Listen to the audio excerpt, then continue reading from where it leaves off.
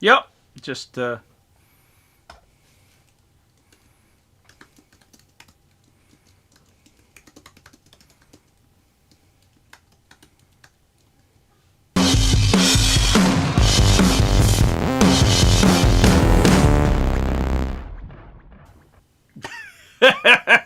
Hey, I'm here. I'm so sorry I'm late. Paul Sun Young Lee here. We are live for DFA, the first Sportsball live stream for Bitterasiandude Inc. Thank you so much for your patience and waiting. I know I hate being late. I'm about 14 minutes late for this live stream. I feel awful about it.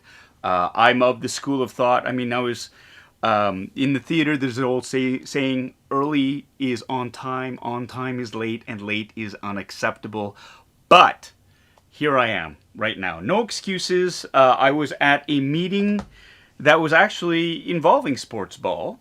We're talking about, of course, I'm a coach on the East York baseball, the 13U select team.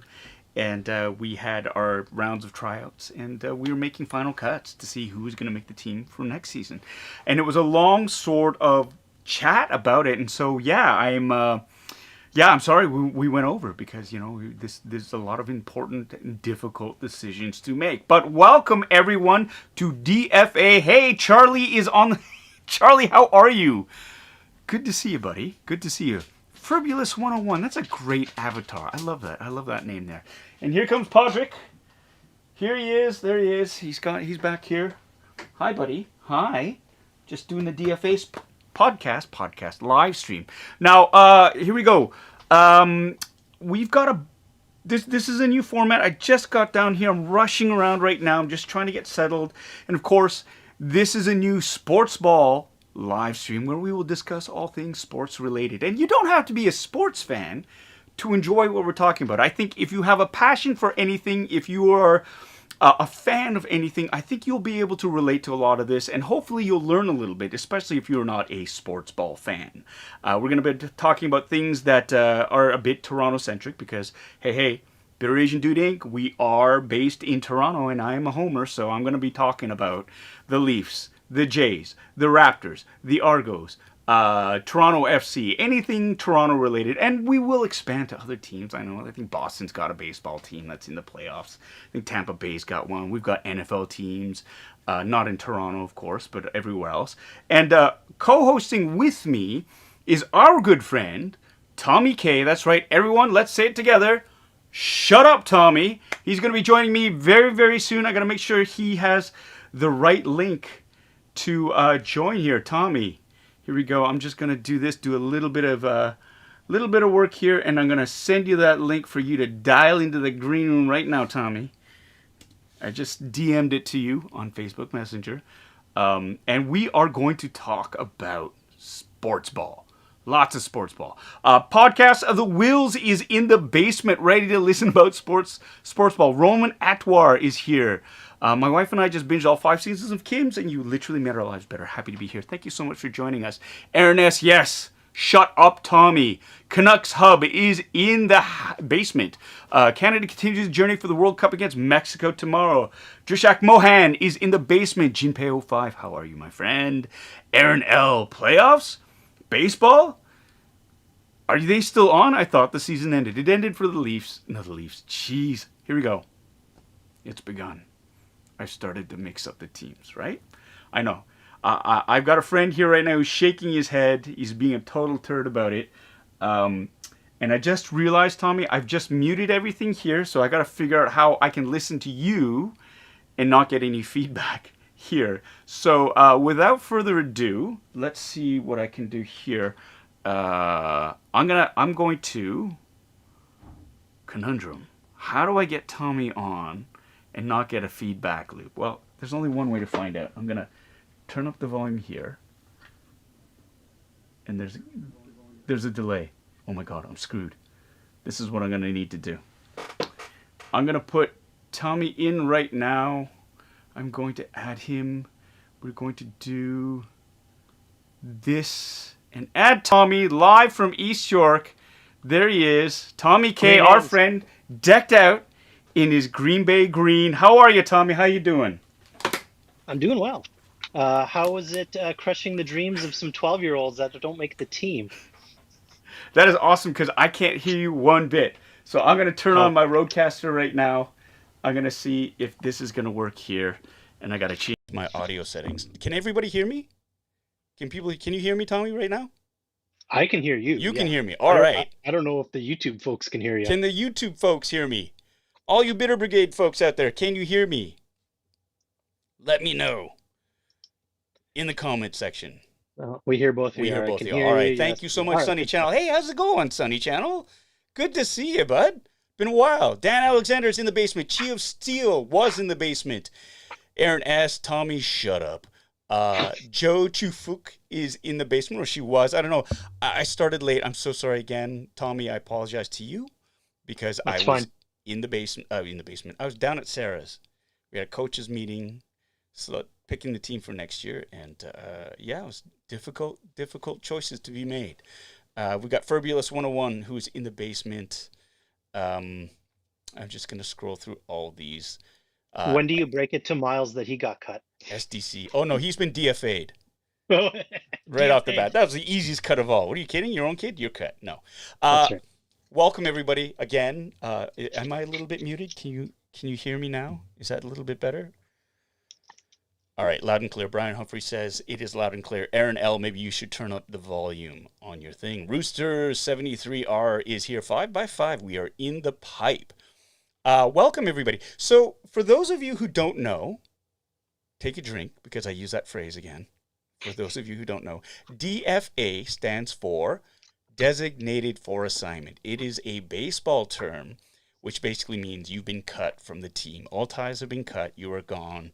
No minor. We're not sending you down to the minors. We are not saving you for later. We are saying goodbye to you. And we thought, I think, Tommy, you came up with this name, DFA. Well, I mean, it was the saying all summer, right? Like every frustrating Jays outing, it's like DFA, DFA. I I think our collective DFA chants against Rafael Dolis got him Oh, DFA'd. yeah, yeah, And that's our fault. That's our yeah, fault, but these things happen. yeah. And for those of you who don't know or don't care, Rafael Dolis, he was a relief pitcher for the Blue Jays, and a relief pitcher is somebody who comes into late in the game to throw the ball at the plate to try to get strikeout batters. And I think 2019 he was fairly decent. He was actually pretty good. He'd played in Japan the year before. He had a little Yep. zip to his fastball. He was actually doing quite well, but 2020 was just, well, I'm going to swear here. It was just a fucking mess for him, and I feel really bad for him. But he sucked. And not to say he wasn't trying, although it looked like he'd rather be anywhere on the planet than on the mound. But maybe that's his demeanor. But it was a rough year for It got to the Dolis. point whenever they brought him in, and you just kind of like, oh dear, here we go, Oh yeah, right? And more yeah, often than not, it was you know, it was him giving up three or four in an inning, and then it's the game's over. So yeah. Well, and that was the thing. I mean, back in the day, it used to be for me, and I'm sure he's a lovely human being, and I understand. Take everything I say with a grain of salt, because A, I'm yes, probably a little bit tipsy. B, I'm very passionate. And C, I don't know what I'm talking about, so I'm just gonna, I don't know him, but it used to be Aaron Loop for me. When Aaron Loop would come into the game, and he was, always a left-handed yeah, reliever, he'd come in and be like, oh, here we go, and he would invariably walk a couple of batters and make it really, really stressful to watch, and especially when that's your job is literally to get batters out so your team can win. And so for and that was the funny me, thing with Loop as well, right? Like Loop had a couple of years where he was on fire coming in relief, and then he had that year where he kind of fell off the map, and you kind of ask yourself, it's like, how can these guys have like multiple dominating years and then just something like drives off the cliff for them, right? yeah, It's such a weird game where, especially for pitchers, they can dominate one year and yeah, then totally crap the bed the next. yeah, yeah. But you mean for those of you shit the bed. We're gonna make this one a little bit blue. We're talking about sports. I'm gonna get a Well, little I bit was more thinking about passionate. that. It's like, are we keeping this PG-13 or are we going R-rated? So we'll have I to don't see. fucking care. I mean, sorry, Oh, sorry. That's what happens when I get a Jesus couple of Christ. white claws in me, right? Yeah, All right. So there you Joe, go. she says it too. Aaron Loop, and I know Joe is a big Blue Jays fan. Has been following the Jays for years, and yeah, she knows. She knows of, and she even spelled his name wrong, which is awesome. I love that. Hey, here we go. Toying Around is in the basement. Now, this is Kevin, who's got a fantastic channel. He just hit 3,000 subscribers. Congratulations to you, Kevin. Despite your blowing of openings, you managed to grab 3,000 followers. I'm so proud of you, my friend. And Yeah, well, Kevin himself. if we want to talk about blowing of openings, we got this show right here. Hey, look, it was Yeah. sports related. I Yeah. All right. apologize. Let's move on. All right. Fair Okay? enough. Fair Because enough. let's talk about Aaron Rodgers. We can talk We about will. Aaron Rodgers. Sure. Sure. We'll But get to that. before I was rudely interrupted by this cheesehead over here, um, Kevin is actually a baseball player himself. He plays in a men's rec league, and he actually, if you look on his Instagram page, I don't know if it was a story or an actual post, but you saw him chirping the catcher because in the games that he plays, apparently the catchers call whether it's balls or strikes. And Kevin was so incensed by this one call this catcher made. It was outside, off the plate by like a good margin, and you could hear Kevin. I didn't know it was him because the video was blurry, but he was like, "Be better, man, be better." And he drew that. He had that line, which is hilarious, and I love that. That's what I love about Kevin. He's very passionate with what he He lost does. his voice one game from chirping Chirping the the pitcher. opposing player, the opposing pitcher who got, well, I can't remember if it was he got his one strikeout and then started chirping, and Yeah, Kevin would just went started off on him and flexing. lost his voice. "Wah, Yeah, lost let's his voice go. for his own podcast or for his Love. own live stream. What's your drink of choice there, Tommy? I see a Coke. Cool. Just Yeah, Coke. cola. Just Coke. There's no rum in it. No rum in it, and it's I the liquid kind, so I've been drinking heavily. No, not very heavily. good. I'm just kidding. I've had a few drinks, as you can tell. Excellent. Excellent. It'll make for a great inaugural show. Well, there you go. I mean, I think it was actually on Kevin's YouTube channel. We were doing a Bad Batch case of the Mondays, and the Leafs had just delivered yet another kick to the nuts to all of Leafs Nation. But to me personally, I believed, by blowing Game 7 of a pivotal first round series, thus ensuring another year of ridicule and heckling from Habs fans, from Ottawa fans, from everybody else. And I lost my mind and I was done. I was just so raw in that moment. And people loved it. So I thought, hey, let's be passionate about sports ball. Let's talk about sports ball, right? Um, I know, It's Tommy, funny. you are not Yeah, only I'm a huge fan yeah, you of are all not only a sports. collector and a geek and a nerd, but you're also a huge sports ball fan. Like you're a Absolutely. huge sports ball fan. And this is what I want to explore with this channel, with a lot of things is you don't have to be, it's not binary. It's not one or Yep. the other. You can have all these things and you'd be surprised at the intersectionality. Ooh, that's a big word for somebody who's had a few drinks, of all the different things. I mean, we're going to bring collectibles into this, right, Tommy? We're going to be talking about Absolutely. that. So it's not just about DFA and this guy screwed it. And we're not going to bring up all these different, like his WAR rating or his passing percentage or whatever. We're going to talk about some things and hopefully be entertaining enough that everybody will trick you into learning about sports ball so you can fake your way through any conversation and really come out on top. Um, That's right. Okay, Got I that must have egg. hit that by accident. So, here we go. I'm just gonna read some of these comments here. Gene Pale Oop. 5 is asking, "LOL, Hyung, do you get the Asian flush when you drink?" I do not. I'm very fortunate that way. For those of you who don't know, take a drink. Um, a lot of Asians, the majority of Asians, they lack an enzyme to help break down alcohol. And what happens is it manifests itself in terms of a flush. They get all red. So if you ever see an Asian person and they're bright red, and it's not from a sunburn, it's from a drink, it's because of that. And you can take a pill for that. But I have been blessed with not having to deal with Asian flush, which helped me out a lot when I was younger, especially coming home hammered when I was living with my parents. And also, I'm double blessed with the double eyelids. So there's a fun little bit of trivia for all you out there. Here we go. Aaron S., what's better, Game 7 of a series or swept by the Jets? Like the Winnipeg Jets or the New York Jets? No, that's he's talking the Winnipeg Jets because they had the sweep Oh, they of got swept by Montreal. That's right. I yeah. have to say, I was really disappointed in the Jets because that was the only solace I was going to have was like, there's no way the Canadians are going to get by the Jets. And yeah, that was a sobering thing. So, I mean, misery loves company. I think being swept is a little bit more embarrassing, but not as embarrassing as blowing a 3 games to 1 lead. I Yeah. got to give it to the Leafs there. What do you think, Tommy?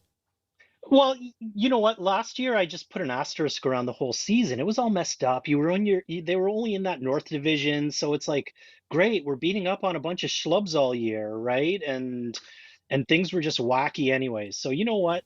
Last season doesn't even exist. But the thing that pisses me off is like this was the only opportunity. I mean, they had the Canadian division. Yeah. It was all Canada because they had the bubble because of COVID, and it really was a division that the Leafs did lead from beginning to end. They were the class of that division in the regular Yep. season, Yeah. and then they still managed to shit the bed in the playoffs, which was just sort of like yes, you put an asterisk beside it, but it was also a great Oh no, it made the opportunity loss for even them. worse. It What's made the that? loss even worse, right? Yeah, Because, it's like, hey, we're now in a division, if only temporary, that we should clean up and we should, everybody was already talking about, okay, well, who are they going to play after they get out of the Canadian division, right? yeah, And there yeah. you go. Well, I mean that's the thing, and Aaron's saying it here. Um, Leafs didn't have to play the Bruins, and they still lost in the first round. Thank you. Well, Karma is a wheel, and it goes around. And so I know Winnipeg Jets. You're an Oiler fan. You know the pain. How can you have number 1 draft picks for 5 years in a row and still have a team as shitty as the Oilers? I mean, they're getting better. They're trying to build it, but you still got one of the best players in the world with Connor McDavid and Leon Draisaitl, and they still can't do anything. It's incredible. So you know the frustration, right? You know the frustration of that, and that's part of I think fandom as well. You live and you die by your teams, right? And you the do. set of expectations is incredible. Um, we have Jugal 83. Hey, welcome, Ducks. You're I'm just scrolling up here before. Hope you guys went around from an Avs/Ducks fans. Thank you so much. Thank you very much. You know what I like? I just like good hockey. I like good hockey because like once your team is eliminated, you kind of go, well, I watched a bit of the playoffs, and I have to admit, I watched a lot of it just because I wanted to see the Habs lose. That might make me a really shitty Canadian, but there's just something I couldn't. I think it would be too much if the cup came back to Canada and it was from the Habs. And I'm just as a Leafs fan, that's all I'm saying. Oh, That's where no, it came from. no, like so many people ask, it's like, oh, okay, well, Leafs are out. Are you going to be cheering for like for the Canadian team going through? Yeah. And the answer is if it's Ottawa or Montreal, no, I'm not going to cheer for them. Absolutely not. And I'll even Winnipeg or Vancouver or whatever, out west, they're not in our normal division. I can cheer for them later on, right. but the Habs or Ottawa Senators, if they made it past us and they made it to the finals, I'm Yeah. like, hell No way. no. Hell No. no. I'm stopping. You can't. I'm gonna bring this up right now because I know you wanted to talk about this. Oh, no, that's not this one. I'll bring that up later though, Joe. That's a great comment. But there's this one right here Oh from my yes, I see friend it right there. Jinpei05. Speaking of hockey, the new Seattle team has some pretty sick jerseys. Now, If by Tommy, I sick know you you mean wanted to vomit talk about this. inducing, yeah. What's that? If you mean if by sick he means vomit inducing, I agree. Those are horrible. The like pastel bluish. I'm also a proponent that powdered blue must be eradicated from all sports uniforms. Powdered blue is just like the bad 1970s tuxedo, the powder blue 70s tuxedo. So powder blue, it needs to be annexed from all sports uniforms. That's my stance, and I'm sticking with it. All right, all right. I want to bring up a picture of this jersey here, Yeah, just so bring people it up. know what you're talking about here. And I'm very drunkenly trying to not drunkenly. I'm a little tipsy. I'm trying to get it up here, just so we can share it. Where is it? Hold on. I think this might work. Is it? No, that's not it. There we go. Wait. Oh, I Oh, can is it see doing it. something Oh, weird? oh no, no, no. It's just slowly transitioning. Okay, no, It's it's there on slowly, the now it's screen. doing that Oh, weird. now you're doing the weird Now it's stuff. doing that stupid thing. It Okay. was there. Hold on a second.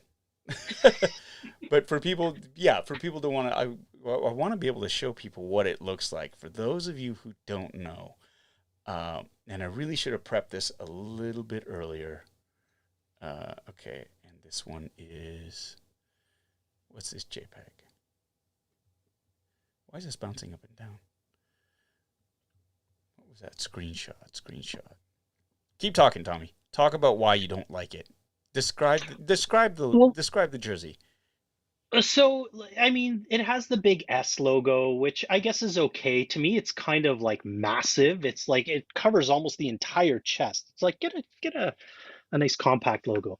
But the color scheme itself, if they would have kept it like with the black and the white, but once they threw in those pastel-y color accents, it's like, come on, this looks like a rec league team or something, right? Like that, my But opinion, you can like it, that's great. I don't want to discourage the sale of any Seattle Kraken jerseys. And you know what? I actually like the team name. Like when the team name came out, everyone was like, "Oh, this is a dumb team name." It's like, well, you know what? Toronto has the Raptors. There's a right, team in the NBA called the Pelicans. So you know what? The Kraken ain't all that bad. And right. they can have like fun with release the Kraken and and they're a maritime city, so I'm totally cool with the name. I just think their jerseys they could have done better. All right, hold on. I'm going to try something else here because I can't find it. So I'm going to take another screen grab. And what is this one called? Yeah, the Sunny Channel says, "Are those their Easter clothes?" Yes, exactly. Like, gather your Panini Easter egg coloring kit with your Seattle Kraken's jersey, and you can make a match. Why can't I not find this? Like, I've taken 2 screenshots of it and I can't bring it up. This is so odd. Aaron So, S., I do agree. The darker, like I guess it would be their home jerseys, their blacks. Those look a little better. The colors aren't as in your face because the black kind of overpowers it. Um, but let's yeah, do they're that. the white jerseys, right, the one that Paul's trying to find a picture for. I have it. I just can't share the screen for whatever reason. I'm trying to. I am It's trying to call it up here. it's time to cut your losses, Paul, and All move right, on. I'm done. Just Tommy hates it. It's a stylized S that looks a bit like a snake. There's some red in it. Yeah, It's teal. It's white. There's black and there's a little bit of red trim. yeah. Go nuts. It's just yeah. Yeah, everybody can Google it. But while we're on the topic of, I guess, sportswear, I wanted to bring this up because Lamb of God in your last live stream kind of brought this up, and a friend's mentioned it to me too. Hmm. My friend has said if you wear a ball cap with the brim curved, Hmm. it means you're old. Only old people curve the brims of their caps. The young kids, they keep them flat. Yeah. And so I notice you wear the flat, but I'm throwing it out to the viewers who are on the chat. What do you say? Proper curved brim or newfangled millennial flat brim? So you're that's a good keeping one. you're staying hip with the kids, right? Whereas, oh, my friend also said wearing a ball cap backwards Yeah. Means you're a is douchebag. also is also no longer cool. It's No. also old people. Ah. Which, wearing backwards is kind of douchey. But the whole curved brim, it's like, I'm sorry, if having a curved brim is wrong, I don't want to be right. Right. Now Robert Donatel is actually brings up a really cool point. When we were kids, the old folks kept them flat, and I do remember that the old folks wouldn't curve it was a very Hmm. young person thing to do, is to curve the caps. And the old So it's folks all would have circular. the flat brim. Robert is an old friend of the channel, which is great. I love his support. I love his avatar photograph. He is, of course, from Oakland, and thank you so much for joining us. on our Sportsball DFA podcast. I keep wanting to call it a friggin' podcast. It's a live stream. You're That's how calling it a it makes me old. you're calling it a podcast because I have a face for radio, so you don't want. Lies, lies, lies, lies. But see, Robert Donatello. So there's another if he's from Oakland, there's Yeah. another guy who gets the nut punches, right? Because Right. he's got a trifecta of sports ball nut punches. So the A's, they never spend any money, but because they got Billy Bean and his sabermetrics, they almost always find a way to make it into the postseason, but then they always get booted out. Right. But In Yeah, Robert's not an Oakland Athletics fan, if I remember okay. correctly. But go ahead, keep going. But then, so then your other Oakland gut punch is the Raiders. The Raiders. They're gone, right? They wouldn't build them a new stadium. They're like, we're leaving Yeah. again, this time to Las Vegas. And then the Warriors, in the Right. NBA, the Golden State Warriors, their home was in Oakland, and now they built a new fancy stadium in San Francisco. So they went to the other side of the bay. So Oakland has just been continually getting punched in the nuts from a sports standpoint. There you go. All right, we got a super chat from Robert himself to call it a Paul cast. I'm a Yankees fan though, from New Jersey. Well, Well, how'd you thank like you that so game much. last night? Yeah, I know. Thank you so much for that super chat. It was wonderful. It's so generous. Robert is one of the most generous members of this channel, and he's always donating those super chats, and I'm very, very grateful for that. But you are a Yankees fan, and for that, I am sorry. Not that sorry. But it No. was that Yankee magic, though. My God, going scoreless into the bottom of the ninth and pulling out a 1-0 win against Tampa Bay to sort of put that nail in the coffin for the Jays, that extra nail, and then Boston coming back from behind. Thank you, Washington Nationals, for blowing a 5-1 lead. So there's that as well.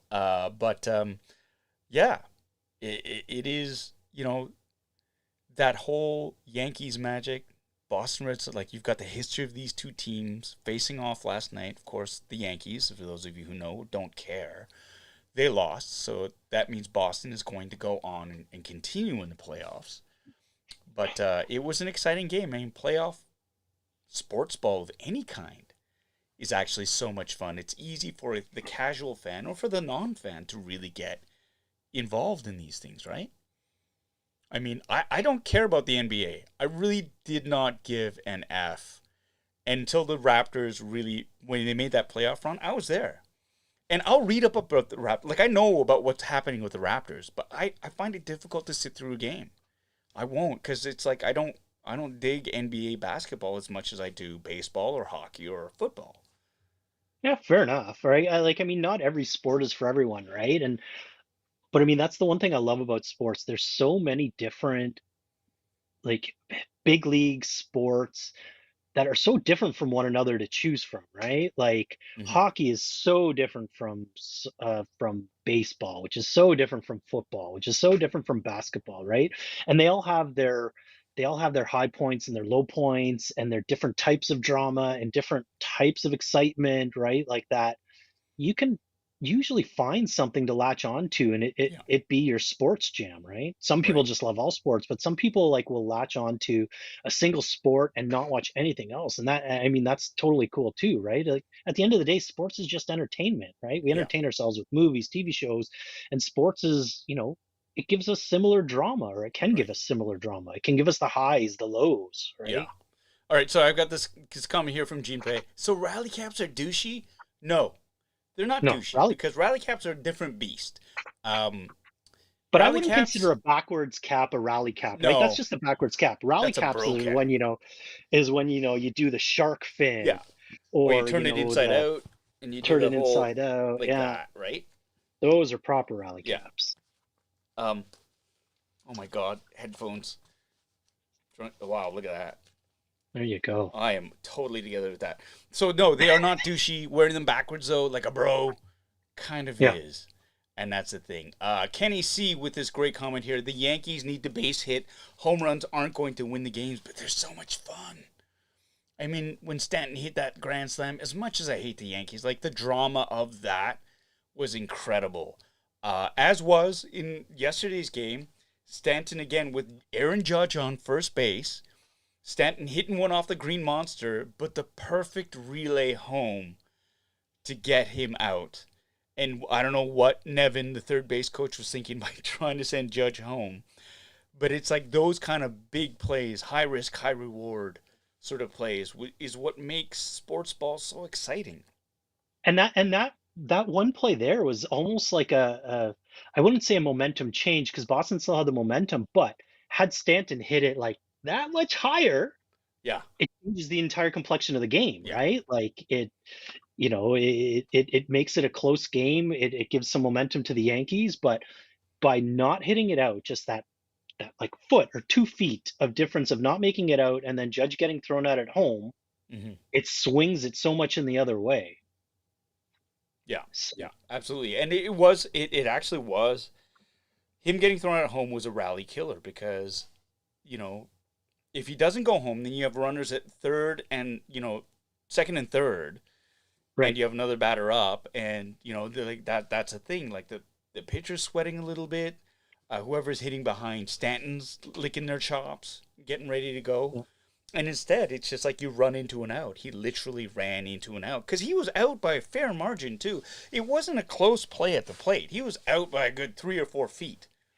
And Yeah, that's, there was some weird hesitation on that sending, right? Like, I mean, it by the time they made the decision to send him, it was too yeah. late, right? It Well, was I mean, like, that's the thing because the center fielder misplayed it at first, but then yeah. he was backed up by Kiki Hernandez, who made, that throw to Xander Bogaerts wasn't the best relay home, but Xander Bogaerts, like, threw a dart. Well, he's got a cannon. He's Yeah, got a cannon, right? Like I think there was one game where they clocked his throw to first, and yeah, it was in the 90s, right? yeah, It's yeah, like yeah, you're throwing major league pitcher speed yeah, on a routine play. So yeah.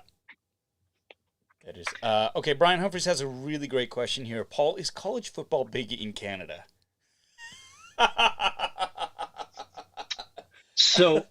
let me answer this. US college There we go. football is probably bigger in Canada than Canadian college Yeah, football. yeah. And I don't mean to disparage Canadian No. collegiate sports, but U.S. collegiate sport is on a whole other level. I mean, it's almost more intense than pro sports. I mean, I can't believe the stadiums and how they feel for all these Oh college yeah. football games, college basketball games. It's like everything is so much more heightened in the U.S. The 10 biggest stadiums in the US are college stadiums, Yeah. right? Like, you got the big house in Michigan, which seats 113,000. You got Ohio Stadium, the monstrosity that they built in Arizona. And this is going off on a tangent. It's like, well, colleges are supposed to be, um, when it comes to the sports money they bring in, non-profit. Hmm. Well, they bring in so much money, they got to spend it on stuff, right? They spend it on these stadiums. The locker rooms of these stadiums in college football are like friggin', they have like these swim spas and like they're palatial. It's nuts. And back in the day, the money would go to the players too. Little W- under the table, Well, little recruitment, little bit of ha ha ha. I mean, that was that there's whole joke in basketball. How do you think Shaq yeah, got rich? Right, like through yeah, college sports. yeah. So I think there's a little bit of truth in Oh, that, although I can't really oh, speak to that. So absolutely. I mean, every few years you'll get a scandal of like where they catch that they're paying the players, right? And then that team will lose eligibility or, they'll get penalized or whatever, right? So it's like, okay, well, they're catching them once every 5 years or 6 years or once hmm, every 10 years. So it's like, okay, that just means the other places aren't getting caught. But yeah, that's I that's going to change now though with college players now being able to make as much money as they want on their likeness and right, name. yeah, So NFTs. Um, there's okay, there's a so question. this is a really great point Aaron S brings up, and I'd like to discuss this and hear your thoughts on it. Aaron says, my issue with some sports is that you wait around for something to happen. Baseball and football is just waiting between plays. With hockey and soccer, there's always something happening. Tommy, what's your take on this? Um, yes, while that is true, you're kind of waiting for things to happen. A lot of that is kind of, to me, part of the game, right? With baseball, I love going to a ball game and I like the slow-paced nature of it, right? I do like being able to sit with a buddy and kind of chat about the game. And it's like, you can have a conversation and you're watching the plays and you're not really at risk of missing something, right? You go to say a game that has constant action with a buddy, right? You turn to them and you say a few words and you might have missed something. So I do kind of like in baseball, I do like the slow nature of that game. It makes it more relaxed to me. Football to me is, yes, you're waiting in between plays, but why I love football so much is maybe it harks back to my fandom of turn-based strategy games on like computers and stuff. To me, football is very much a kind of strategic battle, right? You create your battle plan for that play. You're sussing out the defense, and then it's like, okay, let's see what this play does offensively against your play, right? And so it's kind of like, okay, that's what happened. Now let's reset. Let's do another one, right? So it's kind of like a tug of war of like of a back and forth battle. So to me, yes, there's waiting in between plays, but that waiting is the strategizing, is the all right, what are we going to do next? So there is, you know, I don't Mhm. mind it, right? So For me, I got to talk about like this whole you wait around for something to happen. You're not waiting around in baseball. Baseball is there are moments in between you're waiting for the batter to come up and this and that. But yeah. like once the ball is in play, it's always in play. I think Hmm. it's a bit it might be not as frenetic as hockey in the fact that in hockey the puck is always moving except for in between whistles, right? Football, it's like they're set plays. You're waiting for the snap to happen, but once it does, all hell is unleashed from both sides of the ball. Baseball has a different pace, and like many of the games, that's what's so fascinating about it. They all have different rules, obviously, and they all have different strategies, and they're all team based, and there's different things that are going on. But for me, baseball, the beauty of it is the set plays within the plays. If the pitcher, the way the pitcher attacks the hitter, the way the hitter tries to hit the ball into different parts of the field to defeat the defense. I love that sort of strategizing of it too. And when the ball is in play, it's for me, it's a wonderful ballet that sort of happens. And you can say this about hockey, you can say this about football. When a play starts to develop, there are certain set patterns or things that you're supposed to do with it. If A happens and goes to B, then you go to C unless D happens, right? These are set Right. plays that happen. And that's what I like about for baseball. It is like you kind of go, oh, you got to wait in between batters, but the at bat is a fascinating, for me, battle of individuals right there. And then once the ball is in Absolutely. Yeah. play, then it becomes more of a team sport, right? Football, same thing. It's like one entire line of dudes trying to create something, and another entire line of dudes trying to stop that. Right? Right. That's really cool. Hockey and soccer again, set plays that I never really realized until you start watching. It's like, oh, this is a breakout play. This is the defensive umbrella. Like once you really start to look at the strategy of it, all these sports are really, really fascinating. Except for soccer, because I find that boring. All right, we're gonna move on to. Just kidding. I'm just kidding. Um, there was where is it? I saw something here that I wanted to put up. Ah, here we go. Sunny Channel. Hey, thanks for joining us, Sunny. In football, waiting on that snap is a thrill. It's that anticipation of when the ball gets put into play. That's something I just wanted to sort of bring up here there. Um, but At the there end of the day, is the game has its own like nuances, yeah right? Like, I mean, there it's kind of like what I brought up before, right? The game of football is so different than the game of baseball. It's so different than the game of hockey, which is so different than the game of basketball, right? Like there's each game has its own nuances, its own like things to marvel at, right? mhm, Like we talk about soccer, like to me there's no more beautiful play in sports in the world than a bicycle kick, you know, yeah flipping into the top corner. It's like that's a thing of beauty, right? We gotta wait for 30 minutes of like midfield play back and forth for yeah yeah something to yeah. happen. But you know, But that's the thing. I mean, that's the exception to the rule. Like the bicycle kick into the goal, where it's like it's spectacular. It's like in hockey, for example, somebody doing the lacrosse move to score a goal, where Yeah, you scoop up the puck sure. and you go around, and Yeah, it's very rare. right. And it's kind of frowned upon sometimes too. I mean, although it's getting more and more accepted in the game in terms of something to sort of try or defend against.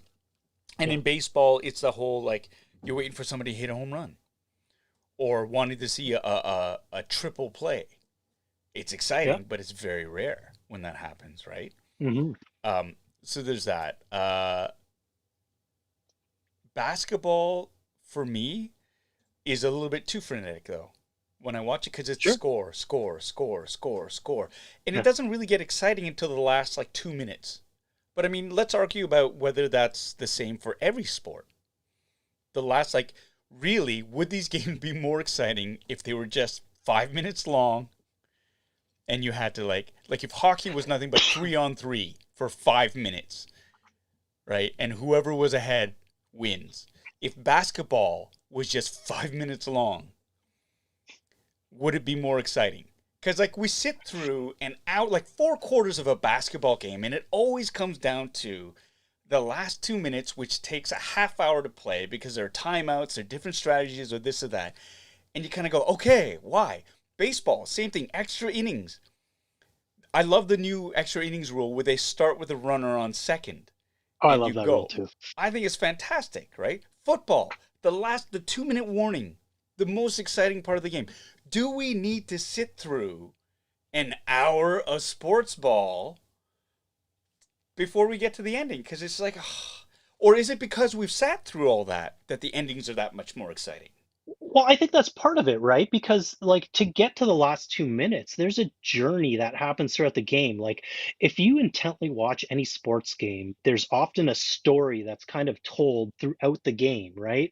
Like be it a key defensive play in the, you know, at the beginning of the third quarter that totally swings the momentum, right? Like a Mm-hmm. team could be dominating and then something could happen in the third that switches the momentum that then brings the other team back. And sure, now we're in the last 2 minutes and the game is tied, right? But like, and now it's super exciting because the game's tied or a few points, and you're down to that 2 minute drill.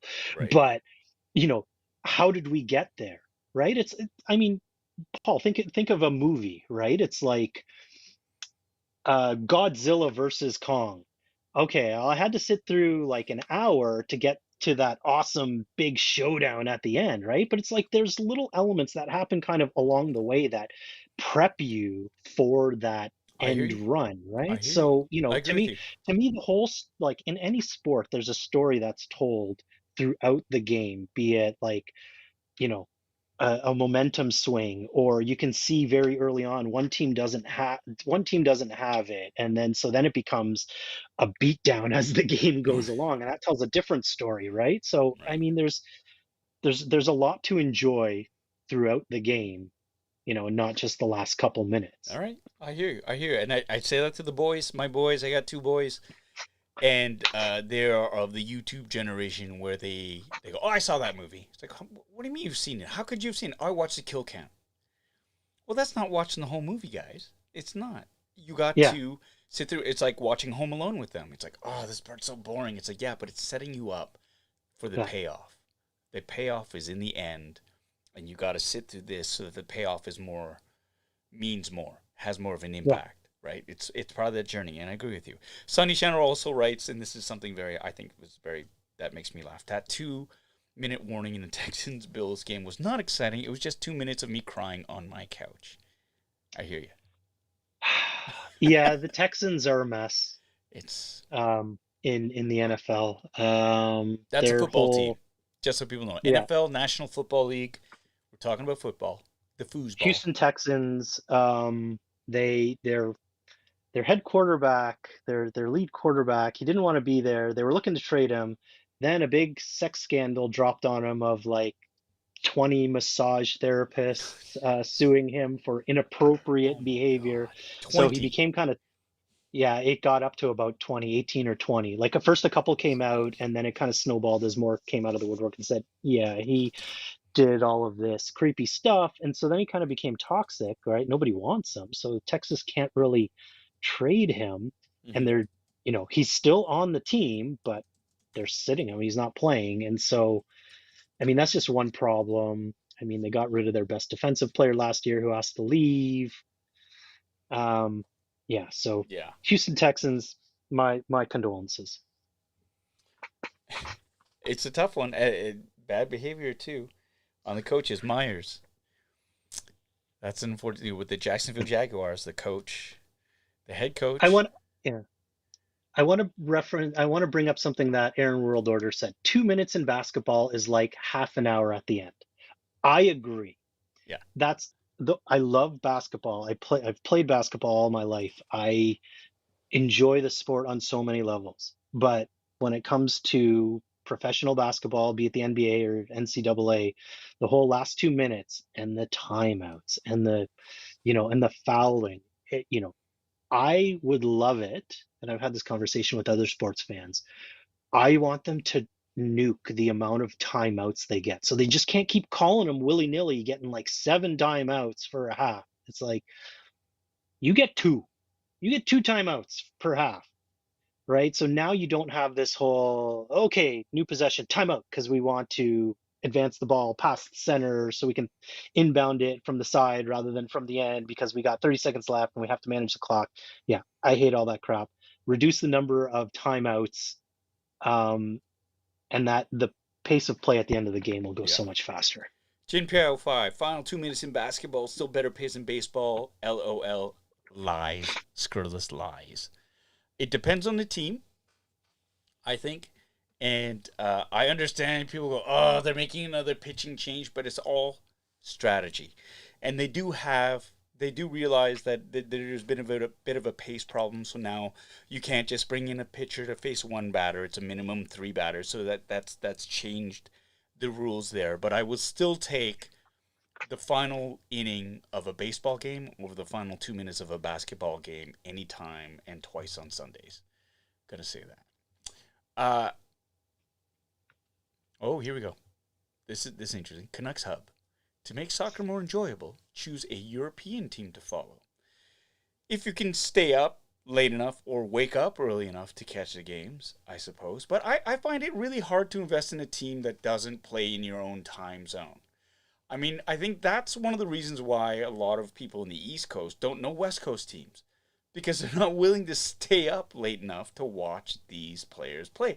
And you could be a fantastic player, but no one in the East Coast, and I hate to say this, and there is a bias for Eastern time, especially in hockey and in baseball, that if you could be an excellent player in on the West Coast, but a lot of people won't stay up to watch you. You'll be anonymous because the time zone difference.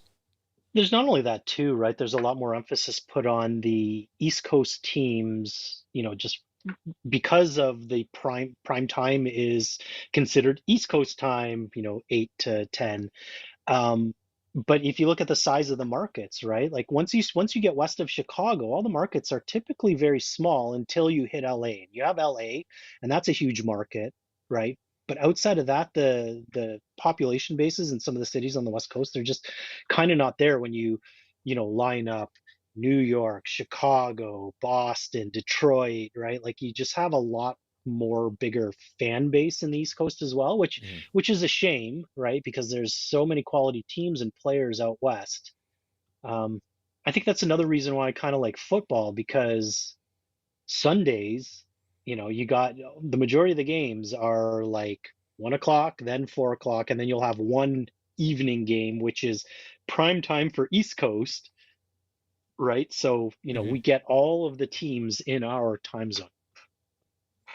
There you go. I just figured it out. There, Beautiful. can was it? That's the Seattle Kraken friggin' jersey. I just figured it out. There we go. Everybody see that? Like, I mean, the comment from before, it's you wear it for Easter. Yes, because there you got your nice pastel Yeah. colors. I Well, mean, they I do. I like the logo. It's Yeah, just like, and they look at do the have the size of that thing. anchors. They got the anchors on the Yeah. shoulders. Yeah. Um, They have some nice design ideas. I do like the logo. I like those anchors, but the color scheme I think is hideous, and the size of that logo is like you gotta shrink it down a little. yeah. The away jersey is better apparently. I have not seen them yet. And this is my wife, ladies and gentlemen. Very clever. Very clever woman. But she did marry me, so maybe not that clever. Shout out to Omega W3 Apron 13. Go Pack Go. Yes. There we Packers suck. go. You're dead to me. I've been dead to you for a while. Let's talk about Aaron Rodgers. Does Sure. anybody care? Okay. I have no idea. I would like to think that the viewers that we have are passionate about sports ball or curious at least. And so I would think, like Aaron Rodgers, he's been around long enough that even I think people who don't follow foosball know who he is. He's the guy that throws the ball at other people. He's been around. He's won a couple of Super Bowls, right? Just one. One. Oh, really? I thought he only won the more. one. Maybe there's Brett Favre. No, Brett Favre has only won one as well. Really? Wow. And therein lies some of the conundrum, right? To have generational talents like that, Favre, then Rodgers, to only win one Super Bowl each is extremely disappointing, right? Like the comparison I make, so everybody calls Tom Brady the GOAT, and it's undisputed, right? He's the greatest of all time, just in terms of his play, the amount of rings, and all this stuff. When the comparison I make is Tom Brady is to Gretzky what Aaron Rodgers is to Mario Lemieux. The talent, you can easily make the argument that Aaron Rodgers is the most talented quarterback to ever play the game. If you go back and look at his statistics and the type of throws he can make and when he makes it. People are anointing Patrick Mahomes right now as, the next greatest QB. Patrick Mahomes is really Aaron Rodgers 2.0, just in the way that Aaron played earlier in his career. But just the type of player, the type of smart player and talented player that he is. Right. And so there was lots of drama this summer because Aaron said, I'm not going back to Green Bay. Okay. He said, I'm done here. And he wanted to trade. And the team's like, well, no, you just won the MVP last year. We're not going to trade you. Right. But there's been a lot of stuff brewing over the years just on how the team, or how Aaron perceives the team has treated him. I'm not behind closed doors, so I'm not going to take one side or the other. But there have been many things over the years that the decisions that the team has made that is kind of a head scratcher is, why are you doing this? Right? Like, you have a generational QB talent. And like, I'll give you an example. 10 years in a row, their number one draft pick that Green Bay would be a defensive player, a linebacker or a cornerback or something. Not once have they took a number one receiver in the first round to give Aaron another weapon. After 10 years, they broke their mold and they did take an offensive player as their number one draft pick. They traded up the draft board so they could take this player, a quarterback, Jordan Love, as their kind of, here's your replacement, Aaron, that we just picked up in the first round. But beyond that, it's always kind of a courtesy, especially to a player of his caliber, be it like a Tom Brady or an Aaron Rodgers, or even lesser caliber quarterbacks get the courtesy from their team to say, you know what, we might be taking a quarterback in the first round here, just to give you a heads up. You can't play forever. We're just looking ahead to the future. You're still our guy, but if the opportunity arises, we might take a QB in the first round. So don't get freaked out. They didn't tell him shit. He was watching the draft and saw them trade up, and then they picked a quarterback, and he's just like, oh, thanks for the heads up, guys. Right. So there have been a lot of things that the team has done that has, to me, and I agree, is disrespectful to a player that's been in your organization that long, who's delivered so much for you. So I kind of see where he's coming from. Right.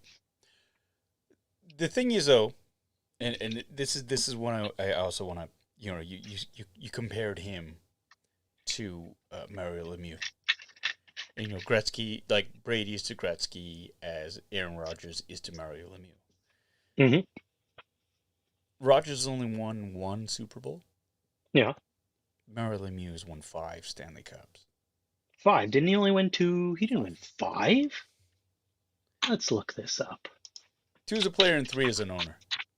Oh, yeah, okay. Yeah, well, you know what? Aaron Rodgers has won an NBA championship. He's part owner of the Milwaukee All Bucks, and right. he's got an All NBA right. championship. See, look at But that. Okay, I love how riled up you got. I love that. Brian Schomfeld is asking, Paul, do you follow the NFL? And if so, what team do you support? I am a fair weather NFL fan. Beginning of the season, I'm really like, the only thing I really want to see near the beginning of the season is to see who can remain undefeated, so that they can break that freaking record that the Dolphins set in 1972. It pisses me off that as soon as the last undefeated team gets beat, all the surviving members of the Dolphins get together for champagne and they toast oh yeah, the fact that the record still stands. I get it on one hand. On the other hand, it's kind of like, come on, guys. So there's that. I don't really get that invested until near the end of the season when, again, I like steaks in more ways than one. Like I like steaks to meat, but I also love steaks in terms of I want the games to really, really matter. And near the end of the season is when I start to become a little bit more interested. But traditionally, I've always loved the Chicago Bears, and I've had my heart stomped on a few times by the Bears. But this year, it's looking like it's an interesting team they've put together, uh, and I think a lot of people will vilify me, but I admire the Patriots. I look at the Patriots and like especially when Brady was there, and seeing him get divorced from the team, and the whole like, well, who was it, Belichick or was it Brady? Who was it? And I right. think it's quite clear now who it was. I mean, Brady rolling back in to Foxborough. And he had a little bit of trouble. I mean, it was raining, and Belichick did know him and exploited, a lot of his tendencies. But at the end of the day, Tampa Bay still beat the Patriots, right? So I think that's pretty interesting. It's that whole that thing. I used to be a Bills fan until they lost 4 Super Bowls in a row, and then they screwed Doug Flutie. So then the Bills are dead to me. So I'll just leave it as that because I hold grudges. Mike Wan is in the basement. Hey, thanks for joining us, Mike. Talking sports ball. Talking sports ball. Here we go. Oh, there was a question here. There was a question here. But can Aaron Rodgers go to another team and replicate any success like Brady did? But in parenthesis, you put even though Brady brought everyone with him. Well, therein lies the rub, right? It's like he had a superstar team assembled around him. He got to pick and choose even players to bring in, right? He's like, no, I want Antonio Brown, bring him in too. I'll control him, right? Like to make sure he doesn't do anything stupid, right? Mm-hmm. I want Gronk, bring Gronk back, right, for me, right? So Yeah. if Aaron Rodgers goes to another team, which he undoubtedly will, either by trade at the end after this season or by free agency after next season, I'm sure whatever team he goes to, they're going to roll out the frickin' red carpet for him, Yeah. and they're going to surround him with all of the goodies so Yeah. they can succeed. And so that's kind of again part of the rub where I think, it's a shame that the Packers haven't won more Super Bowls, but with Rodgers or with Favre, but I I think that they haven't ever looked at it and gone all in to Yeah. say, okay, we have something here, so let's go for broke. Like they've always been very risk averse. Yeah. And for a long time too, it's like, well, we don't need to surround him with superstars because he'll put on his cape and he'll win games for us. Yeah. Right? Like he's had to be like so many games they've won, he's had to put the team on his shoulders, especially um like not over the last couple of years. The last couple of years, I think with the coach that they've brought in, Matt LaFleur, and the scheme that they've put together, they've actually had a very good team and they've made it to to the NFC Championships 2 years in a row now. But there was like a period of about 6 years with a dinosaur coach in Mike McCarthy, and just not a lot of commitment to surrounding Rodgers with all of the weapons he needs that would truly put them over the top. But, you know, I also do kind of like how the fact that the Green Bay Packers is a community-owned team. Yeah. They're the only team in the league that doesn't have one of these rich, crazy billionaire owners. I think that has hurt them a bit, but I also think that's helped them a bit too. So, Right. anyways, I digress. Aaron Rodgers to the Argos. Okay. Omega Weapon 30, they did have a number. I do agree. Tampa did have a really good number one piece, or sorry, number one defense. They had some pieces, but you know, Gronk, bringing in Antonio Brown, I think that with Brady put them over the top. But that's the last I'll talk about the Bucks for now. We've talked a lot. We can move on. foosball. We can move on from football. Although there was one topic about football that we talked about that I wanted to talk about. And the no fun league. That the NFL is often called. A while back they got rid of touchdown celebrations. There you go. Then they brought them back. This year, though, in the no fun league is their point of emphasis. So every year at the beginning of the year, the owners kind of get together with the officials and they decide, okay, well, what kind of rule do we want to put an emphasis on? Like, hey, really make sure you call this. And this year they decided the point of emphasis was on taunting. So taunting, so like if you go up, if you sack the quarterback, you get through and sack him, and if you like give him a flex, that's taunting, flag, 15-yard penalty, right? If you blow by somebody and are making it into the end zone for a touchdown, you give him a little wave goodbye as you pass up, taunting, 15, like last season, a total of 12 taunting calls were made the entire year. This season, 12 were made within the first 2 weeks. And it's like really your point of emphasis is taunting. Where do you think this comes from, Tommy? Why is sudden, like, what is it about? Have we become so thin-skinned that we need to sort of like, what kind of message are they sending? What is this all about, Tommy? A bunch of old white dude owners saying, "Oh, this looks really bad, right? We don't like to see this. We want a nice clean game." That's my take on it. Right. Some people argue, some of the people who are like, yeah, sure, put an emphasis on it, argue that, oh, well, a taunt will lead to more like a retaliatory action. Think of like baseball, right? And the unwritten rules of baseball. And like, you don't like Jose's bat flip, which turned into a punch to the face the following season, right? So yeah, sure, a taunt can lead to maybe some retaliation, but like, but it's not okay. Sorry, let's talk about this. I mean, I love this too, Sonny Chan. Should we worry about safety? Nah, focus on taunting. Absolutely, I love that. But let's talk about that whole thing, because sports is an emotional. Sports ball is very intense. They talk about intensity. They talk about focus. They talk about overcoming things. And when you do succeed, it's kind of like, well, no, we're going to put you in a crucible. We're going to put an incredible amount of pressure on you. And when you succeed, you can't show any emotion. Because how dare you? It's taunting right now in football, baseball. You talk about, okay, Jose Bautista, that bat flip. Let's talk about that. Yeah. That was not showing up the Rangers in any way. That was about him hitting that home run and fucking going... Pure emotion. I did it. Pure emotion. That's all it is. But then for like, really what it turns out to... I mean, and you can argue it, and I know Texas is like, well, he's being a dick and he's rubbing our noses into it. It's like, no, he beat you. And you know what? Give him that moment. Let him have that moment because he beat you. And if you're going to be a big suck about it, and one of your players is going to be so fucking petty about it that he's going to sucker punch him later on in the year, then fuck you. I mean, forgive my language, but fuck you. It's a game. It's a fucking game. And if somebody succeeds and fucking crushes a home run, off of one of your best relievers, suck it up. Guess what? He beat you.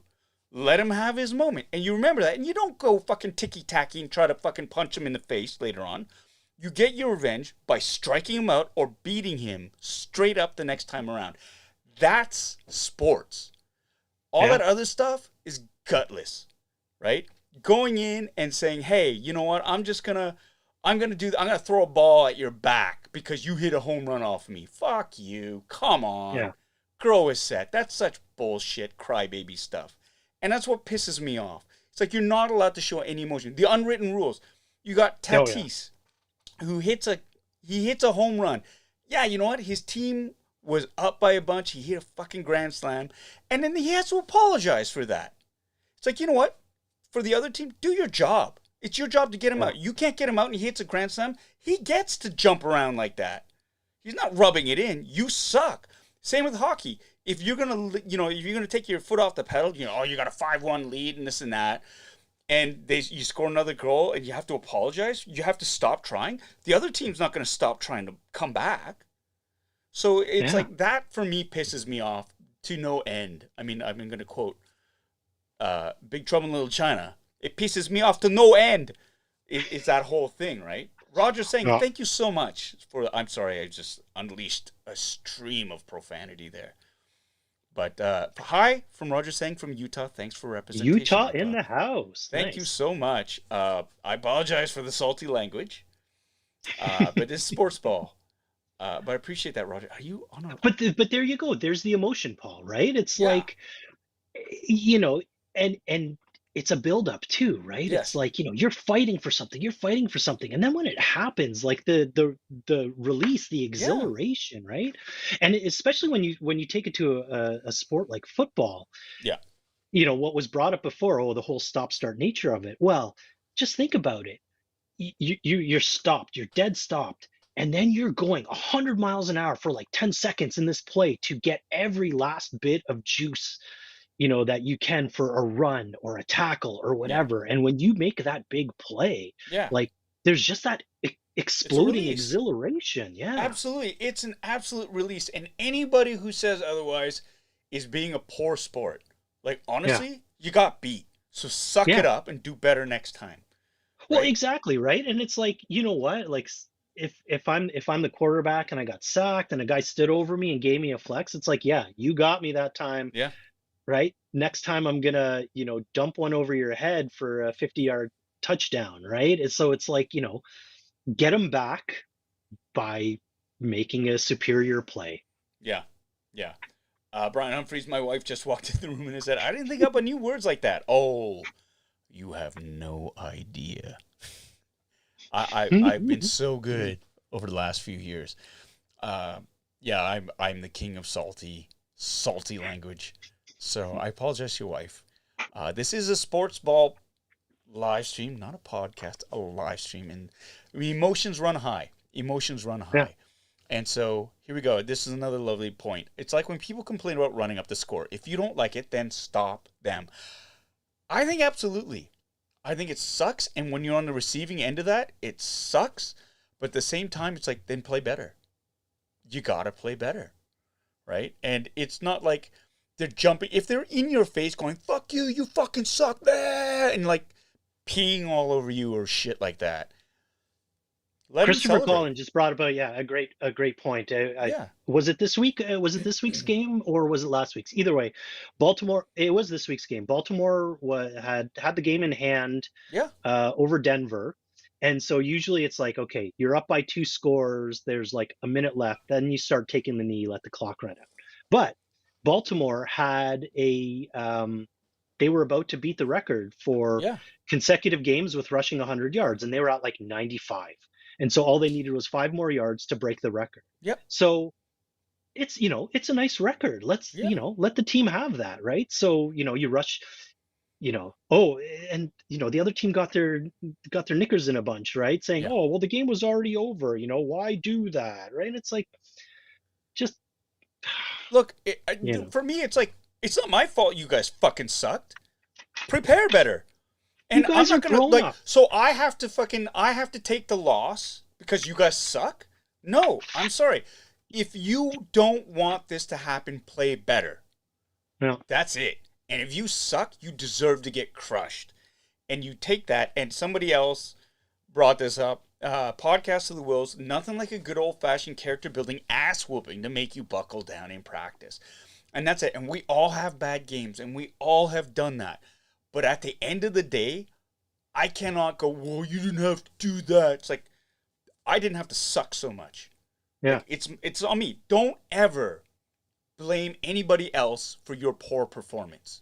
Every team in every championship team, to me, I think needs an ass whooping Yeah. through at least once in the season, because then you learn, okay, how do we come back from that kind of defeat? Yeah. Last year in the NFL, the Buccaneers, they lost 38-3 to New Orleans in like game 6 of the season, right? They end up meeting each other in the playoffs. Well, New Orleans beat them 38-3 the last time they played. Tampa Bay whooped them. Well, did they whoop them? Nonetheless, Tampa Bay beat them in the playoffs to move on. There This you go. season, Bills lost their first game to Pittsburgh, who's not very good this year. They've come back and won 3 in a row by a combined score of like 128-21. There you go. Packers got whooped their first game 38-3. They've come back to win 3 straight in a row, There right? you So go. it's like every team needs some adversity, Yeah. right? And how do you come back from that adversity, right? Like you learn more from losing than you do from winning, There you go. There you go. And that's especially in Chris ass Christie. whooping. Your biggest defeats teach you more than your biggest victory, and I believe in that 100%. I think we have become so afraid of the word failure. Failure. I think you learn more from failure. I think failure is not a dirty word. It's a good word because it is the best teacher ever. And I think we shouldn't let our kids be worried about, I failed. Good. No one succeeds at everything all the time. No one does. Embrace that. But the biggest thing is you learn from your failures. You build on it. You don't continue to make the same mistakes.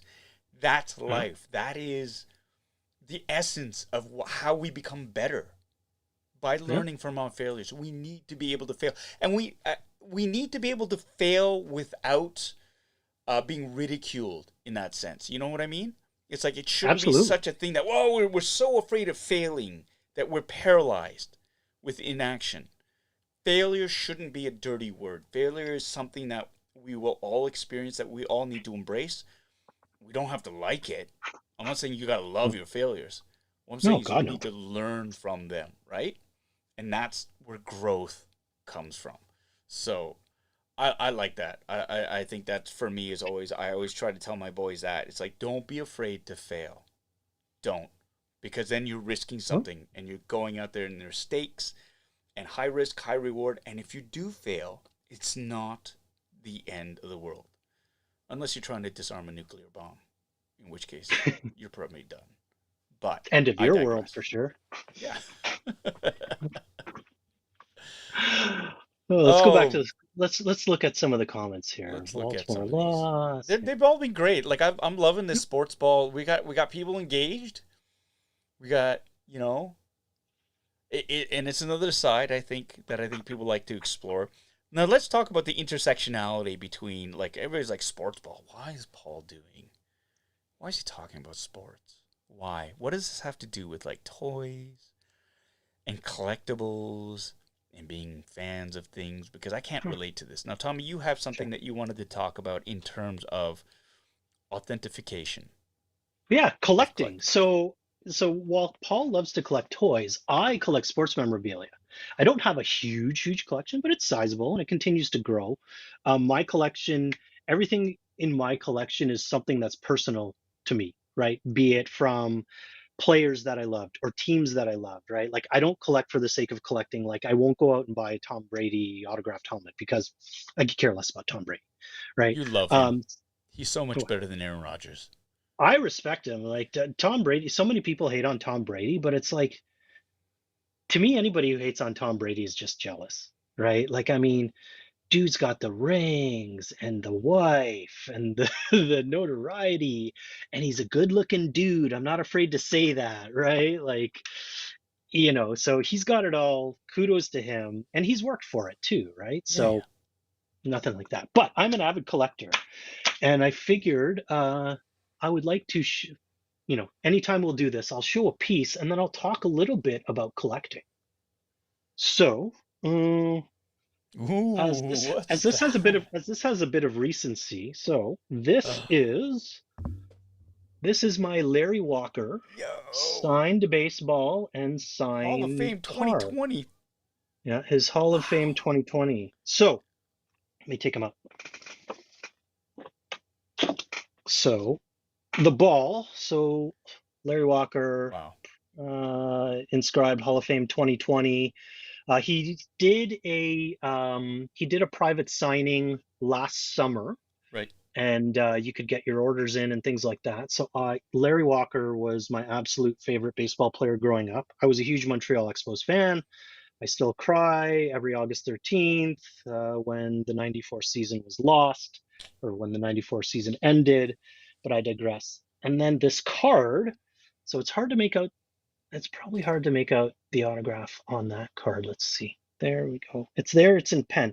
This one I got in person when I was, I guess, about 14 years old, 15 years old. Me and a buddy, his dad, every year would take us to a series in Montreal. My friend was a huge Darryl Strawberry fan.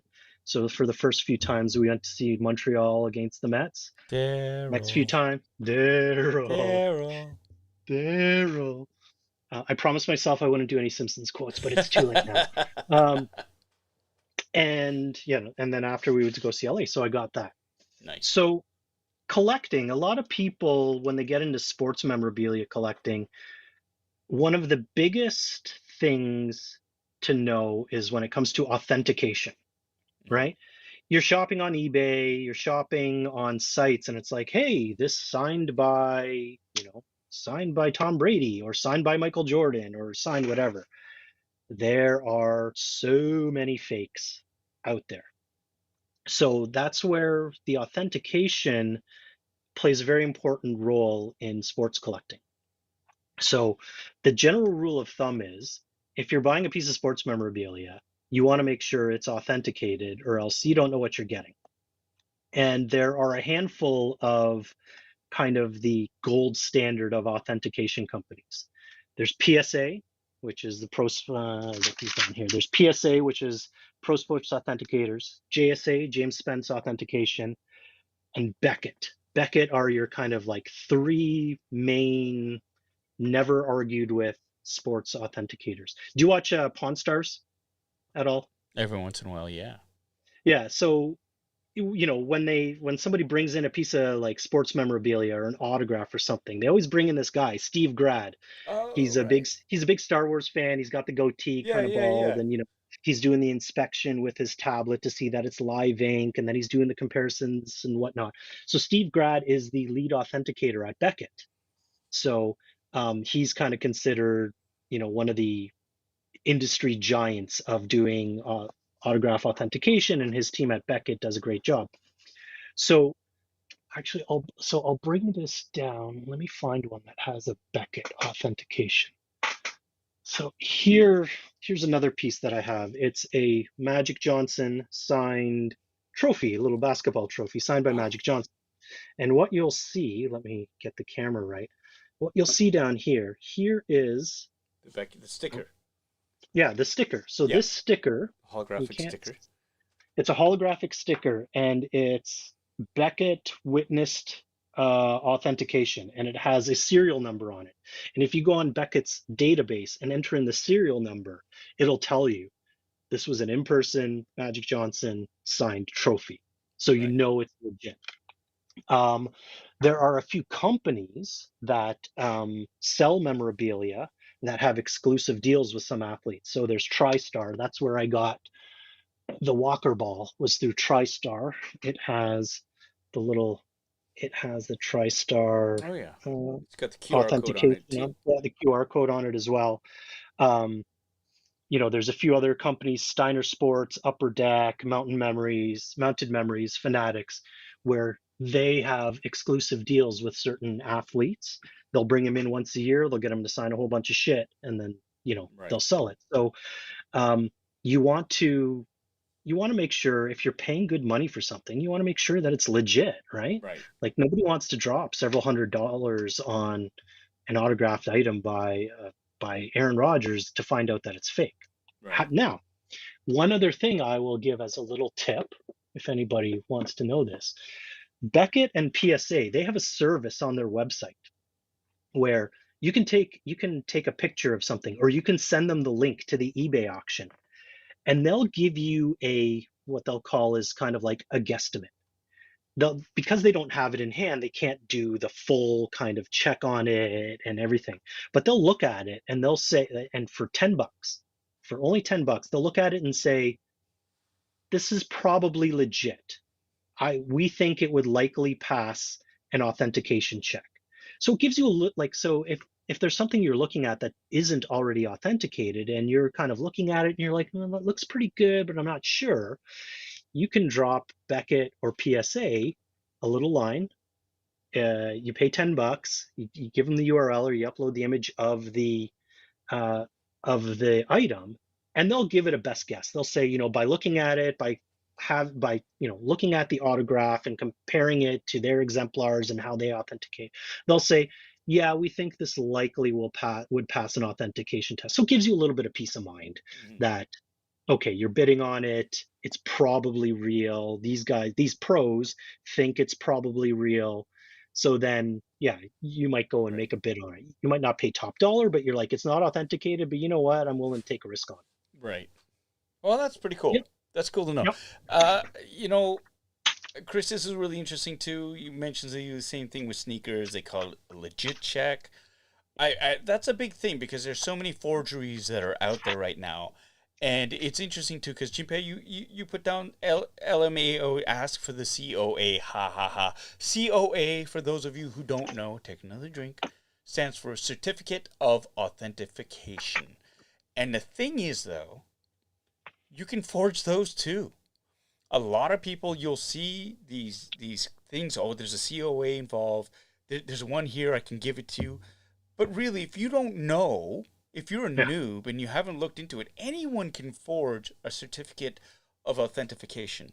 Anyone can. And if you don't know these groups or this, if you haven't done your homework or your due diligence, you can go, and it's sketchy, especially in the replica prop resale.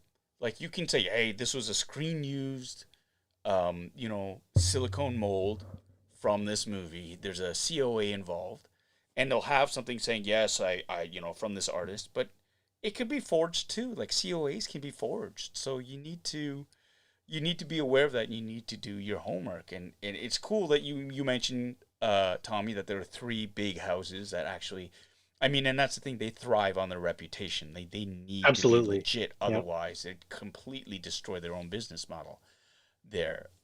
But yeah, podcast rules, you absolutely, props are bad about fake COAs. Like I see it all the time, and a lot of these COAs look like somebody in preschool made them with crayon. They're terrible. They're just terrible. So, um, and yeah, There I was a mean, I think question here. Yeah, there's a question here. Where was it? Brian Schoenfeld asked, "How do you learn about private sightings?"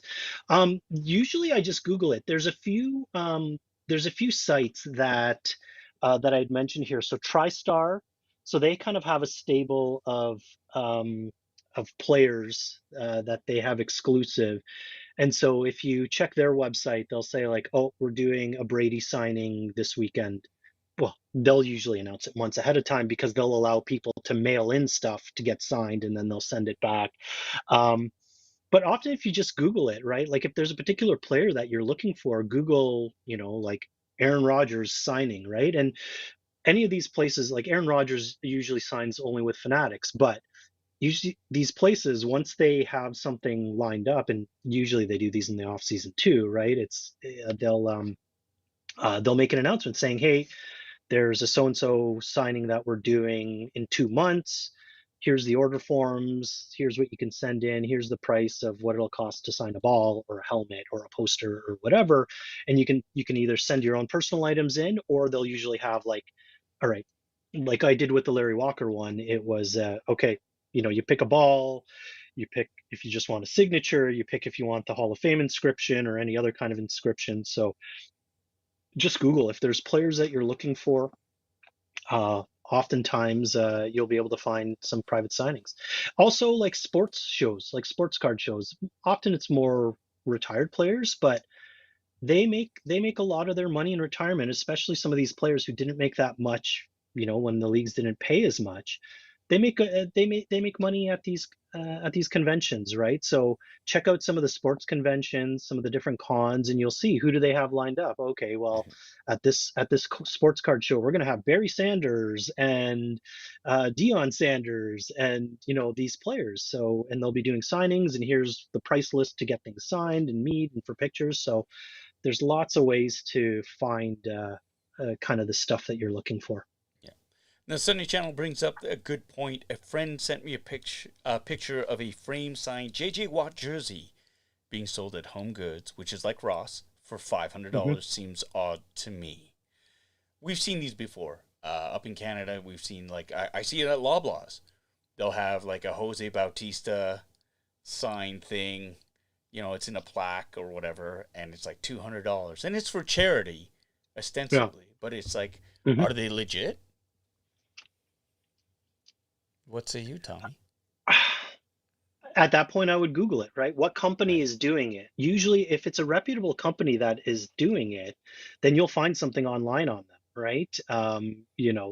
Especially if they got somebody of a big caliber like JJ Watt, you Google JJ Watt, Home Goods, autograph, right? And if it's legit, there'll probably be some evidence on it on the internet. Like, yeah, they did a private signing. They got them to sign 10 of these, and we're selling them or whatever. You'll usually find some evidence of it that way.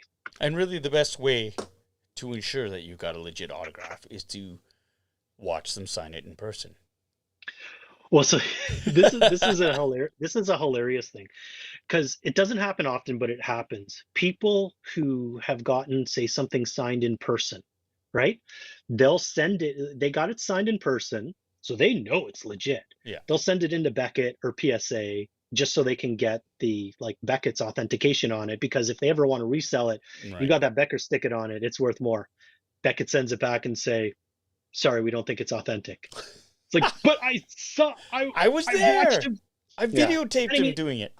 It happens, right? Like, because I mean, it only comes down to as good of a compare that they can do to so many known autographs in their database that they have, right? Like, if it was done, if it was done as he's walking down the hallway and he's like, "Yeah, sure, kid," and then gives it back, it may be a very sloppy rendition of his own autograph that you've seen a million times, and it's looking off. And so sometimes they'll be like, well,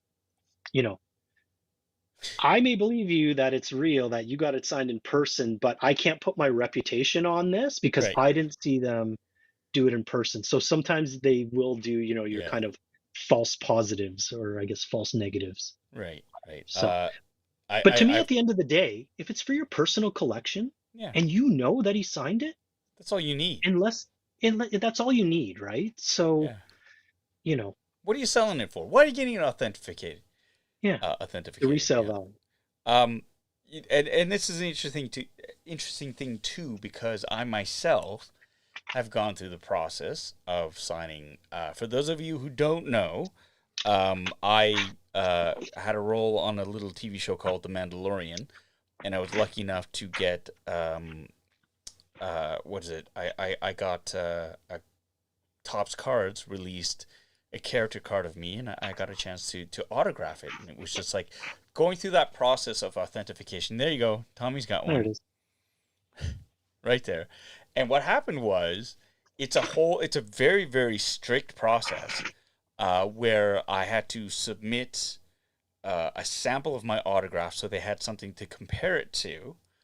And then they sent out, and I had to sign 1,500 of these things, these sheets, and it was $25 per sheet they were like transparent overlays, and they had the backdrop where I had to sign in this little box 1,500 times my autograph.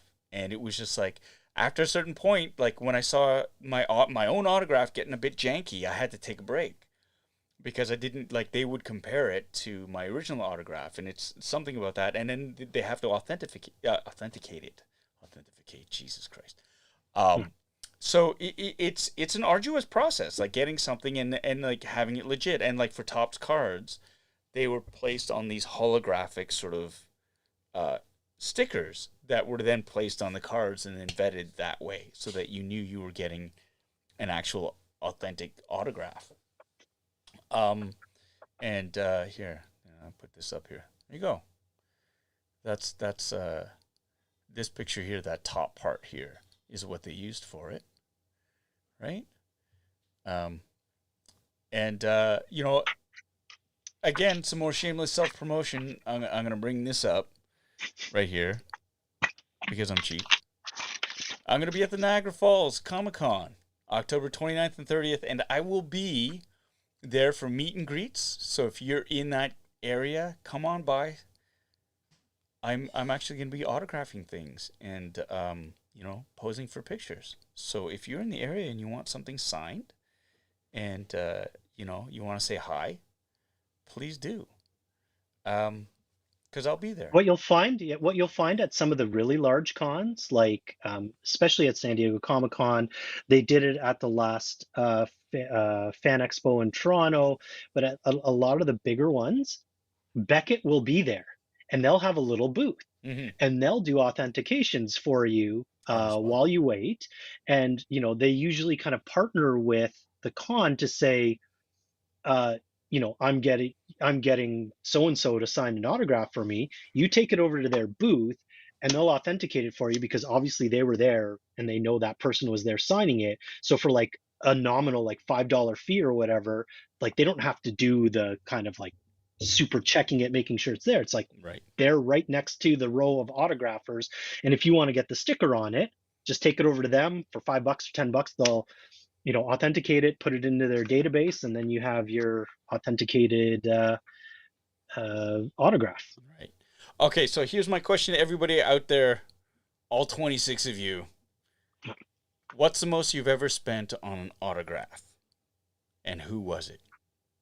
Write it down in the comments. How about you, Tommy? What's the most you've ever spent for an autograph?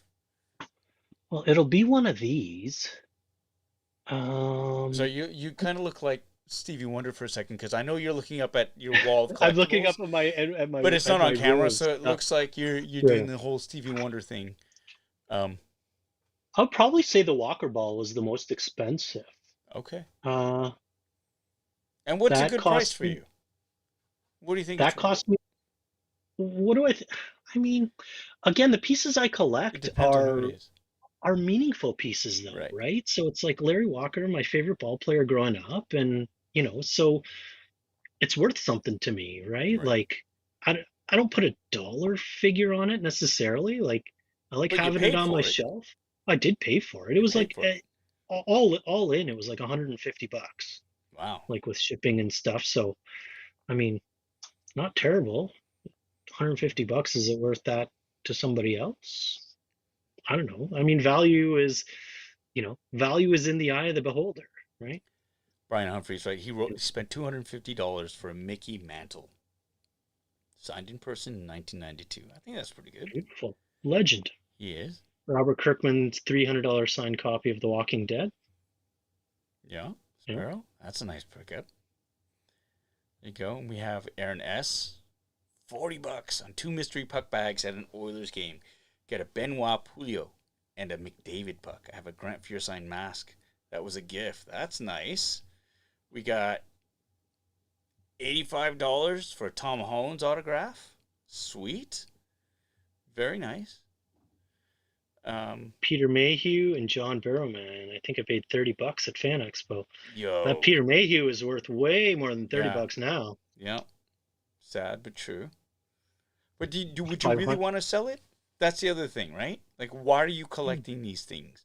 Exactly. I'm not right. Like I've put all these things in a spreadsheet so that when one day I do drop dead, my kids know what it's worth to like, hey, don't take any less than this for it, right? Yeah. So This is here from Christopher. $500 for Canadian Olympic jersey. But you're also paying for the jersey. It's Absolutely, signed by yeah. Steve Yzerman and Brendan Shanahan, but you're also paying for the jersey. Because if it's a legit sort of pro jersey, it's going to be $300 easy, Yeah. right? So there's there. Sparrow, I really want a Paul Sun-Hyung Lee autograph. Well, guess what? If you go to Niagara Falls, you can get one. And I think my price is, oh my God, is that a Toast of London avatar? Sparrow? Is that Toast of London? I Because think if it it is, is, yeah. you're my hero. Yes, I can hear you, Clem Fandango. Love it. And yeah, Chris, you're right. I would never sell it. It was a memory of meeting the legend Peter Mayhew. But yeah, I mean, that's the thing. It's weird for me because I'm going to this Niagara Falls Comic Con, and usually I give away my autograph. I'm like, yeah, whatever. You want me to sign something? For years I've been doing that, and now it's like, okay, well, you're starting the con, and we're not gonna give you a fee up front, but you can keep whatever you make off of autographs and photographs. And it's that conundrum of, what do I charge? I don't know. You I don't mean, I want to don't want to be charge too, yeah. well, I You don't don't want want to to be an charge too asshole little. Yeah. and go, You don't fuck want, but you, you I'm don't going to want to charge you charge too $80 for an little. autograph. That's But you don't stupid. want to charge too much, right? No, Like, I don't want to charge too much, but nor do I want to. I don't want to price myself out of people's price range, but at the same time, it's like, well, I need to be compensated for when I'm there. What's a fair price? And so back and forthing and just sort of like really agonizing over it. And somebody, like I was talking to other people who've been to cons and what's fair and this and that. And it's based on who you are and, you know, how poppy you are and stuff like that. So we settled on this, and let me know in the comment section if you think this is fair. $40 for my autograph, plus $30 if you want my picture. But if you get an autograph and a picture, it's $60. Is that fair? Tommy, you're like, fuck you. No way. Piece of shit. Too much. no, To which I want to say, shut up. I mean, I think it's absolutely fair. Honestly, I think you could charge more, but you don't need to, No. right? Like, 40 sounds about as much as I want to go, because I kind of feel dirty after that. well, that's the thing, right? Like, you want to remain accessible, Yeah. but at the same time, you don't want to sell yourself short, Well, that's the thing. And right? more and more, because as a Canadian actor, it's a big thing where it's like, you're kind of conditioned to be like, you should just be thankful you're getting anything. So like, how dare you advocate for what you're worth? And that's been a hard lesson for me. I mean, to be quite candid, it's been a very hard lesson is to advocate for what I'm worth. Because for so long, for a lot of my career, it's how dare you ask for more money? You should just be grateful for whatever you get. And they play that. That's They bullshit. play That's well, they do, total but bullshit, though. it's a Right? tactic. It's a tactic because that's a producer's job is to get you for as little money as possible.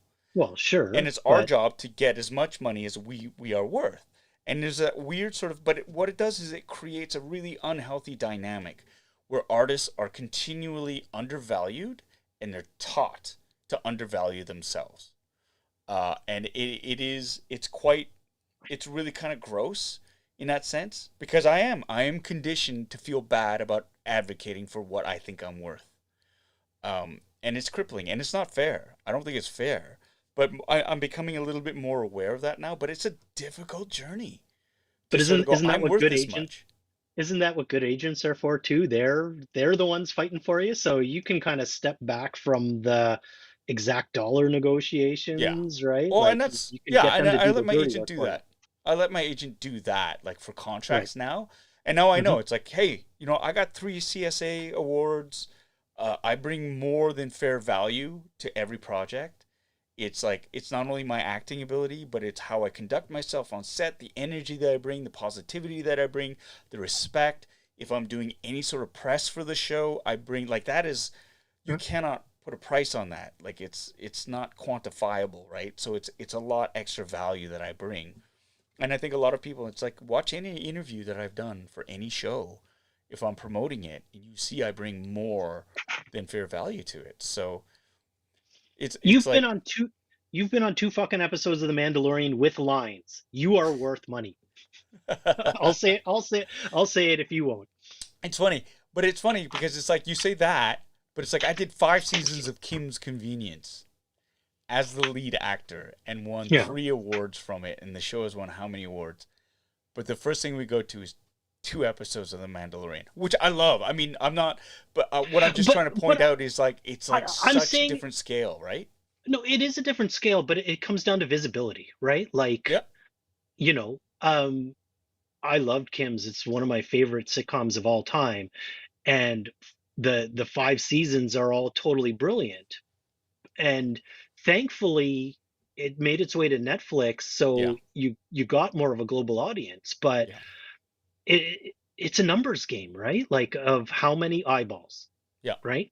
And the number of eyeballs that have seen you on The Mandalorian, I'm sure dwarfs the number of eyeballs that have seen you in Kim's. True enough. And and that's kind of a shady part of it too, Yeah, right? It's like the work you did in Kim's is, I would say, definitely the best work you've done overall of everything you've done, but it comes down to eyeballs for recognition, right? yeah, yeah, and true enough. And that's the thing. That's like it's the scalability of a show like The Mandalorian that is has such a high profile because it's Star Wars, right? Yeah, So you will get that. And Brian, you bring up a great point.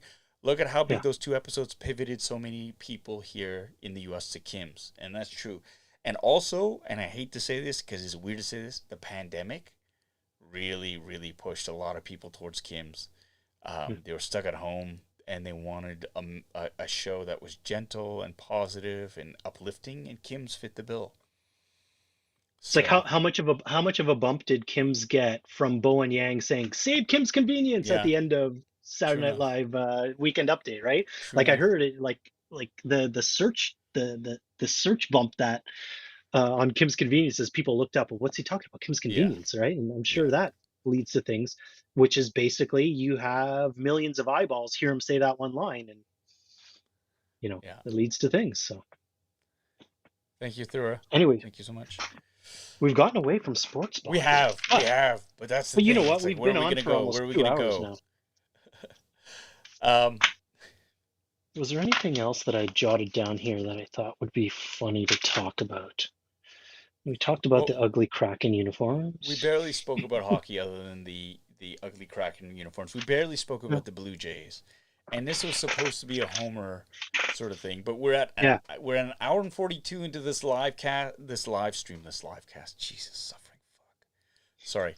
I mean, this is interesting. Aaron's asking who wins the divisions. That's a great question. And to further reiterate, like just to clarify too, he's talking about in the The NHL NHL. division. That is who wins the What do I divisions. think? It's really interesting, and it's not until we see the starting lineups for a lot of these teams. Um, you can make your predictions, but it's really really difficult right now to predict anything. I think, uh, just because certain teams like where are the additions and the subtractions to these teams? How are they going to affect the overall team chemistry? The divisions that they're in too. I mean, Tampa Bay has been weakened significantly because now they have to be salary cap compliant.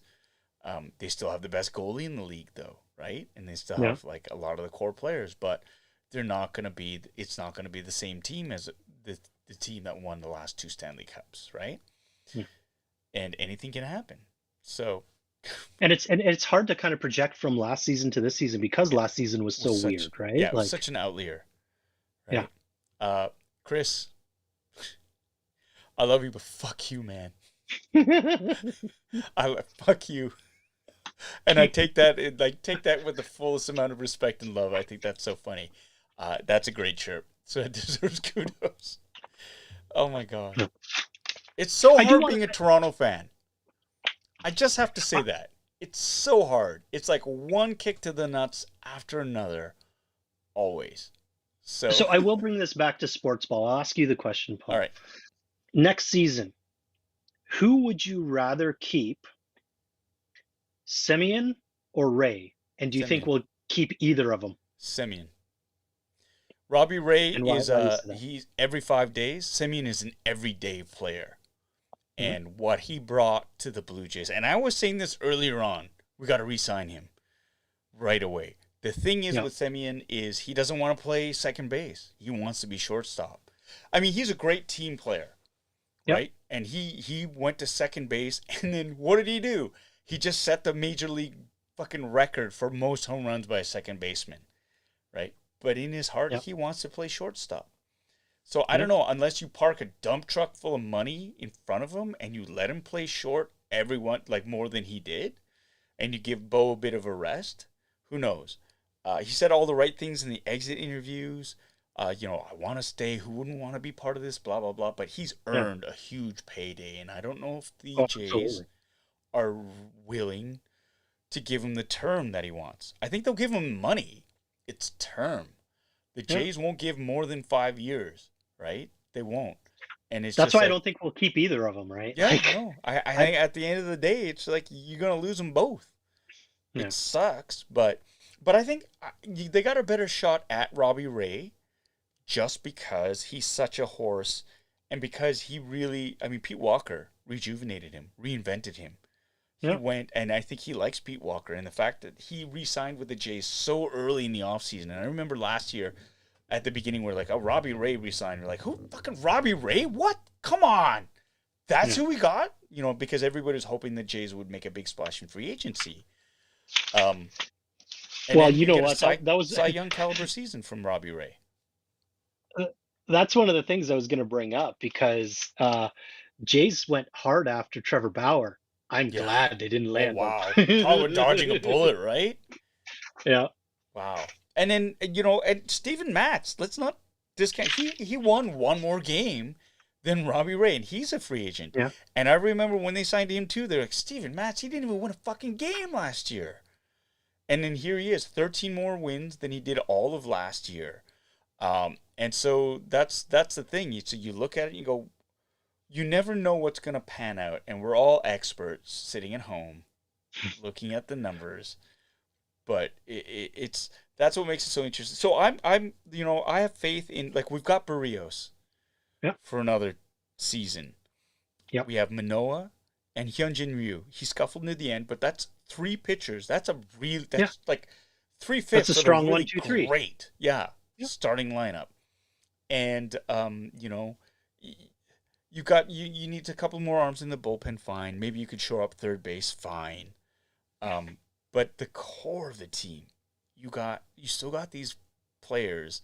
Teoscar, who hit 115 plus RBIs and 37 home Yep. runs. Vladimir Guerrero, who should in any other season win an MVP. Bo Bichette doing his thing. It's like the future is still really bright for the Jays. Oh, it is. So It is. I'm always hesitant to drop big money on a pitcher because I'm always scared. The pitcher is either going to blow his arm out or he's not, like, the awesome season he had is the outlier and not the norm, right? And it's like once you drop that money, right? Like, to me a pitcher is kind of more often than not they don't maintain like a 5-year streak of awesome games. You have your great pitchers, you have your Greinke's and whatnot, and Scherzer and these guys who Garrett who Cole. have, Sorry. yeah, well, I couldn't help it. I know, like I mean, 344 million, like that's huge money. Not that the Yankees don't have it, Yeah. but and they're probably going to get money's worth, like their 34 million a year out of them for 3-4 seasons, right? Yeah. But it's like you know, then you're eating it for another 3-4 seasons when their Yeah. drop off comes. So There it is. yeah, 7-year those deals. 7-year deals, yeah. I mean, yeah, you hear that. Yeah. Here's a great question from the Blind Refs Association. I love that. I love that name, yeah. Isn't that fantastic? Look at that avatar. Right on. Yeah. You into any fantasy sports? No. Because I don't know enough about individual stats to really, like, right now I am playing a fake baseball league with Mike Wilner, who is used to be the voice of Jay's Radio. He started up. It was an isolation baseball league at the height of the pandemic, and it's dynastyleaguebaseball.com. And I've been playing that for the last year and a half, and I really find it infuriating because the computer hates me. It's all like computer generated dice results, and fuck the computer because it cheats. Anyways, so no, I'm not really into that. Like that's as far as I go in terms of simulated stuff. I just don't think I could handle the ups and downs of a fantasy week by week league in terms of like tracking players and seeing how well they do. Like it's too much. I That's mean, that I find that's it my stressful biggest enough thing. yelling at the Yeah, real players in real life, screaming DFA. So yeah. Like, yeah, I mean, a lot of my friends play fantasy football, but I'm just not into it. The time commitment, like that, you kind of need to put in to do well at it. yeah. I don't really have the time for. What I like to do is like every once in a while, I'll do a pro line pools, which is Oh, basically for the weekend of football games, pick the winners, right? And if you get the most right in the pool, you get, or you tie with people, you share the pool. And so that's kind of like, all right, well, I pick the winners for each game. And so as I'm watching, doing my Sunday ritual and I'm flipping through the channels, it's like, okay, I have a tiny stake in each game to say, okay, this gives me somebody to cheer right. for in this game, somebody to cheer for. I put down $5, pick my 15 winners for the week and see Yeah. what happens, right? See, And now I'll like for me like you're betting on sports, and for me, like the first time I ever did something like that was during the Super Bowl, and it was that whole ridiculous you bet the on prop every bets, yeah the prop bets I are love the prop oh bets. my god, but I can only do that once a year. But Yeah. those are fantastic. How long is the national anthem going to be? Is it going to go over or under? And like, what's the coin toss? And what are they going to? What's the first play? What's the first? What color Gatorade is Yeah. going to be dumped on the winning coach? And I've never been more engaged in a game than through betting. Like $20 bet and like 15 guys filling out those things, and it's so random. It's so funny. But I've never Yeah. been more invested in a game where I just honestly didn't give a fuck what I which other team won. Yeah. But I think I could only do that once a year in terms of that. So Yeah. I think that is it for me. But it keeps you engaged. I just don't think I could do it enough. Yeah. My heart could take all that. Yeah, I used to when I was younger, every year would be part of a hockey pool, right? Where we do a Yeah, draft of players, yeah, yeah, you tally up the points, right? And that wasn't too bad because it's kind of like a one time you have your draft day, you make your picks, yeah. and then, you just go for the year. But then, everything got too complicated. It's like each night, okay, who are you suiting up tonight? And Right. you can only play certain number of games per player, and it just got too much of a time commitment. So I'm Yeah, like, I yeah. just enjoy watching the games. All right. I gotta pee, so I'm gonna leave you on this. For those of you in the drinking game, finish your drink because I gotta pee. Do you want to keep going on, Tommy? Can I leave you for a second, Yeah, or you should can we leave me. wrap this up? Well, it's up to you, right? Do you want to keep going or do you want to wrap I up can keep and going, but we're reaching the 2 hour point. I don't know whoever's left. All 16 of you that are yeah. still here. Do you want to hear us ramble on? Because I'll be quick, but Well, let me know. I'm gonna go do do that. your I'm gonna take myself go do away your from there. pee. We'll talk amongst ourselves. So let's see some of the questions here. 7-year deals. Let me go back and see if I missed anything that was asked. Do. How much is Paul worth? $60 sounds about right. Let's see. So, what I will tell everybody is, as a Packers fan, it is, I believe, mandatory that every able-bodied Packers fan, at least once, makes the trip to Mecca, aka Lambeau Field. Uh, and so I'm going this, not next weekend, but the weekend after, weekend of the 24th, going to see them play Washington football team. I was lucky to get tickets, row 17 on the 40-yard line. I got them for face value off of Ticketmaster, so they're legit, and I couldn't turn it down. And even though it's going to be a huge ordeal of getting COVID tested to get into the States and COVID tested to get back into Canada, and flying to Chicago and then a 3-hour drive from Chicago to Green Bay. This is undoubtedly Aaron Rodgers' last year in Green Bay. Maybe he'll be there for another year, but I don't think so. So I had to do it. And I'm going with my son, and it's going to be a crazy whirlwind weekend, but I love it. Brian Humphreys, more rambling. The over-under is 230. Podcast of the Wheels. Are you a shareholder? No, I'm not a shareholder. Um, so yeah, Green Bay is owned by approximately 30,000 people who are all shareholders of the team. And Aaron S., yes, it is definitely worth it. It is going to be a blast. I'm going to Mecca. So yeah, I'm super excited about it. What was the My over under crazy on me going to pee? 230. 230. I beat that. I beat that.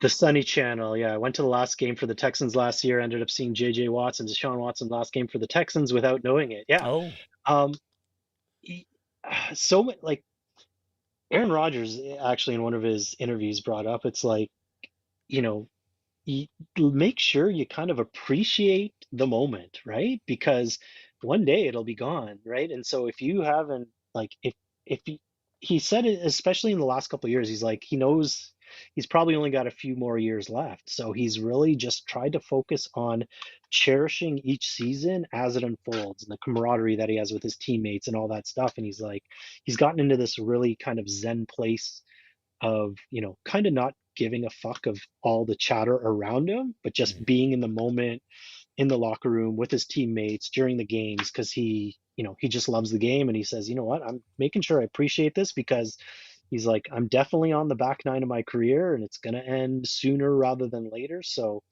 I got to appreciate this. that was really loud. Oh, what scratching my. I think it's because the headphones are right next to it. Okay. It's like, oh, he's just going for it. Yeah. Okay. We're talking an awful lot of NFL, Well, let's get back to. which I think is hilarious. There was a lot of questions though about it. Yeah, oh, no, I know, and that's the thing. This is the first time. Thank you so much, Robert. You have a great night. Thank you for joining us, and hopefully we'll see you again on DFA. But if not, for sure, fun boxing Sundays. Take care. Have a great night, my friend. Good night. Yeah, it's just like this is the first ever sort of DFA, sports ball sort of live stream, and I think I like it. I'm having fun. I think everybody else who's sticking around is having fun. It's interesting because we don't know the demographics of what people are really into, and we have obviously a lot of NFL fans who are at least very vocal on this live stream, and it helps that Tommy kind of knows what he's talking about when it comes to NFL. He's okay that way, I think. I got your blind spots. And that's it, right? Yeah. NBA, NFL, my blind spots. I can talk hockey. I can talk baseball. No problem. MLS soccer, you're on your own. Sorry. Yeah, I like CFL, MLS, but TFC is so trash this year that I kind of have stopped following MLS this year. CFL I've never really followed, although this year I have watched more games than I probably have in the last decade. But Right. CFL, it's like I got the NFL right there. It's like the best players in the world are playing over here, or the castaways are playing Yeah. over here. So, Formula One and golf. Brian Humphreys, I love golf. I play it quite a bit. Watching it? I do watch it as well. Like I don't watch like all the little piddly tournaments, but I will watch the Sundays of the majors, as they're coming down the stretch. Just the Sundays though. You won't watch the beginning of the. It's like you just watch the end of Wimbledon. The right? majors, like, I mean, the majors when it comes to golf, like the Masters, the British Open, the US Open, usually I'll watch them because like Thursday, Friday is the first round, so I won't watch the whole thing, but I'll have it on, right? See kind of what's going on, paying attention Right, who's on the leaderboard, but it's right. always especially if it's close, the excitement of like that final round. This guy's got a three-stroke lead. Can he hold him off? Is he going to choke? Other guys charging up the leaderboard. So I do love that. Formula One, I'm not a huge fan of that Brian was asking about. A few of my friends are die-hard F1 fans, so I do watch it a bit. I like that Mercedes is not dominating the race this year, so it's not just all Lewis Hamilton and the Red Bull team is making a go of it. So this year has actually been a little more interesting because it hasn't been like a runaway for the championship. Single favorite athlete of all time. Who is it for you? Single For favorite me, athlete geez, of all time. Bo I think Jackson, dual sport player. for me, it kind of changes from era to era. When I was growing up, my favorite athlete, my favorite like diehard was Mats Naslund of the Montreal Canadiens. Then I kind of Whoa. grew out of that. Then I kind of grew out of that. And in high school, Magic Johnson was my jam. It was all about Magic. I just loved the way he played. Being a basketball nerd and playing basketball, he was just my favorite. Um, I mean, right now, obviously, it's Aaron Rodgers. Baseball wise, when I was in high school, it was Larry Walker. So it kind of changes. I mean, kind of ask me on my deathbed who my favorite was of all time, and I'll probably have a definitive answer then. But there's so many that, I respect their game. Okay, I'm by that. What about you? Do you have a singular one that you look back to and say, this guy right here? No, it's not. It's per sport type thing. Growing up, it was hockey, so it was like Kent Nielsen was my favorite player. Kent Nielsen, he played on the Calgary Flames. Number 14, they called him the Magic Man. He was a Swede with soft, soft hands. Nice Nice. scoring touch, could pass the puck really, really well. My favorite. I mean, because I was like, as a kid, you kind of know your home team only, right? And so I was Yeah. a big sort of, Réjean Lemelin was a Hmm. huge, like he was my goalie, and then when the Leafs, Jesus, here we go. When the Flames won the Stanley Cup in '89, I mean, that was a crazy, lovely team, right? And I could Hmm. still name all the players on that squad there. Terry Crisp as the coach, Mike Vernon leading us to the victory, Yeah. right? You got Joel Otto, Al McGinnis on defense. You have like Joe Nieuwendyk, Lanny McDonald, of course, Jim Paplinski, Hockenlube, all these dudes. They were just like that's magical, right? So like I'll always sort of default to that in terms of the favorite Hmm. players and like baseball. Joe Carter, for the Yeah. Toronto Blue Jays. The back-to-back World Series wins. He had a hand in each of the final plays. In Hmm. '92, he caught the ball. He was playing first base. He caught the ball for the final out. And of course, in '93, he hits that walk-off homer. You know, how could you not love somebody like that? And That's like that moment is so damn iconic, yeah, right? Like it's like and it's hard to think that it was like what 24 years ago, yeah, 93. yeah. Fuck, we Yeah. old. Yeah. Well, We're old. the Um. Sunny Channel, Mike Tyson is my favorite. Let me show you something.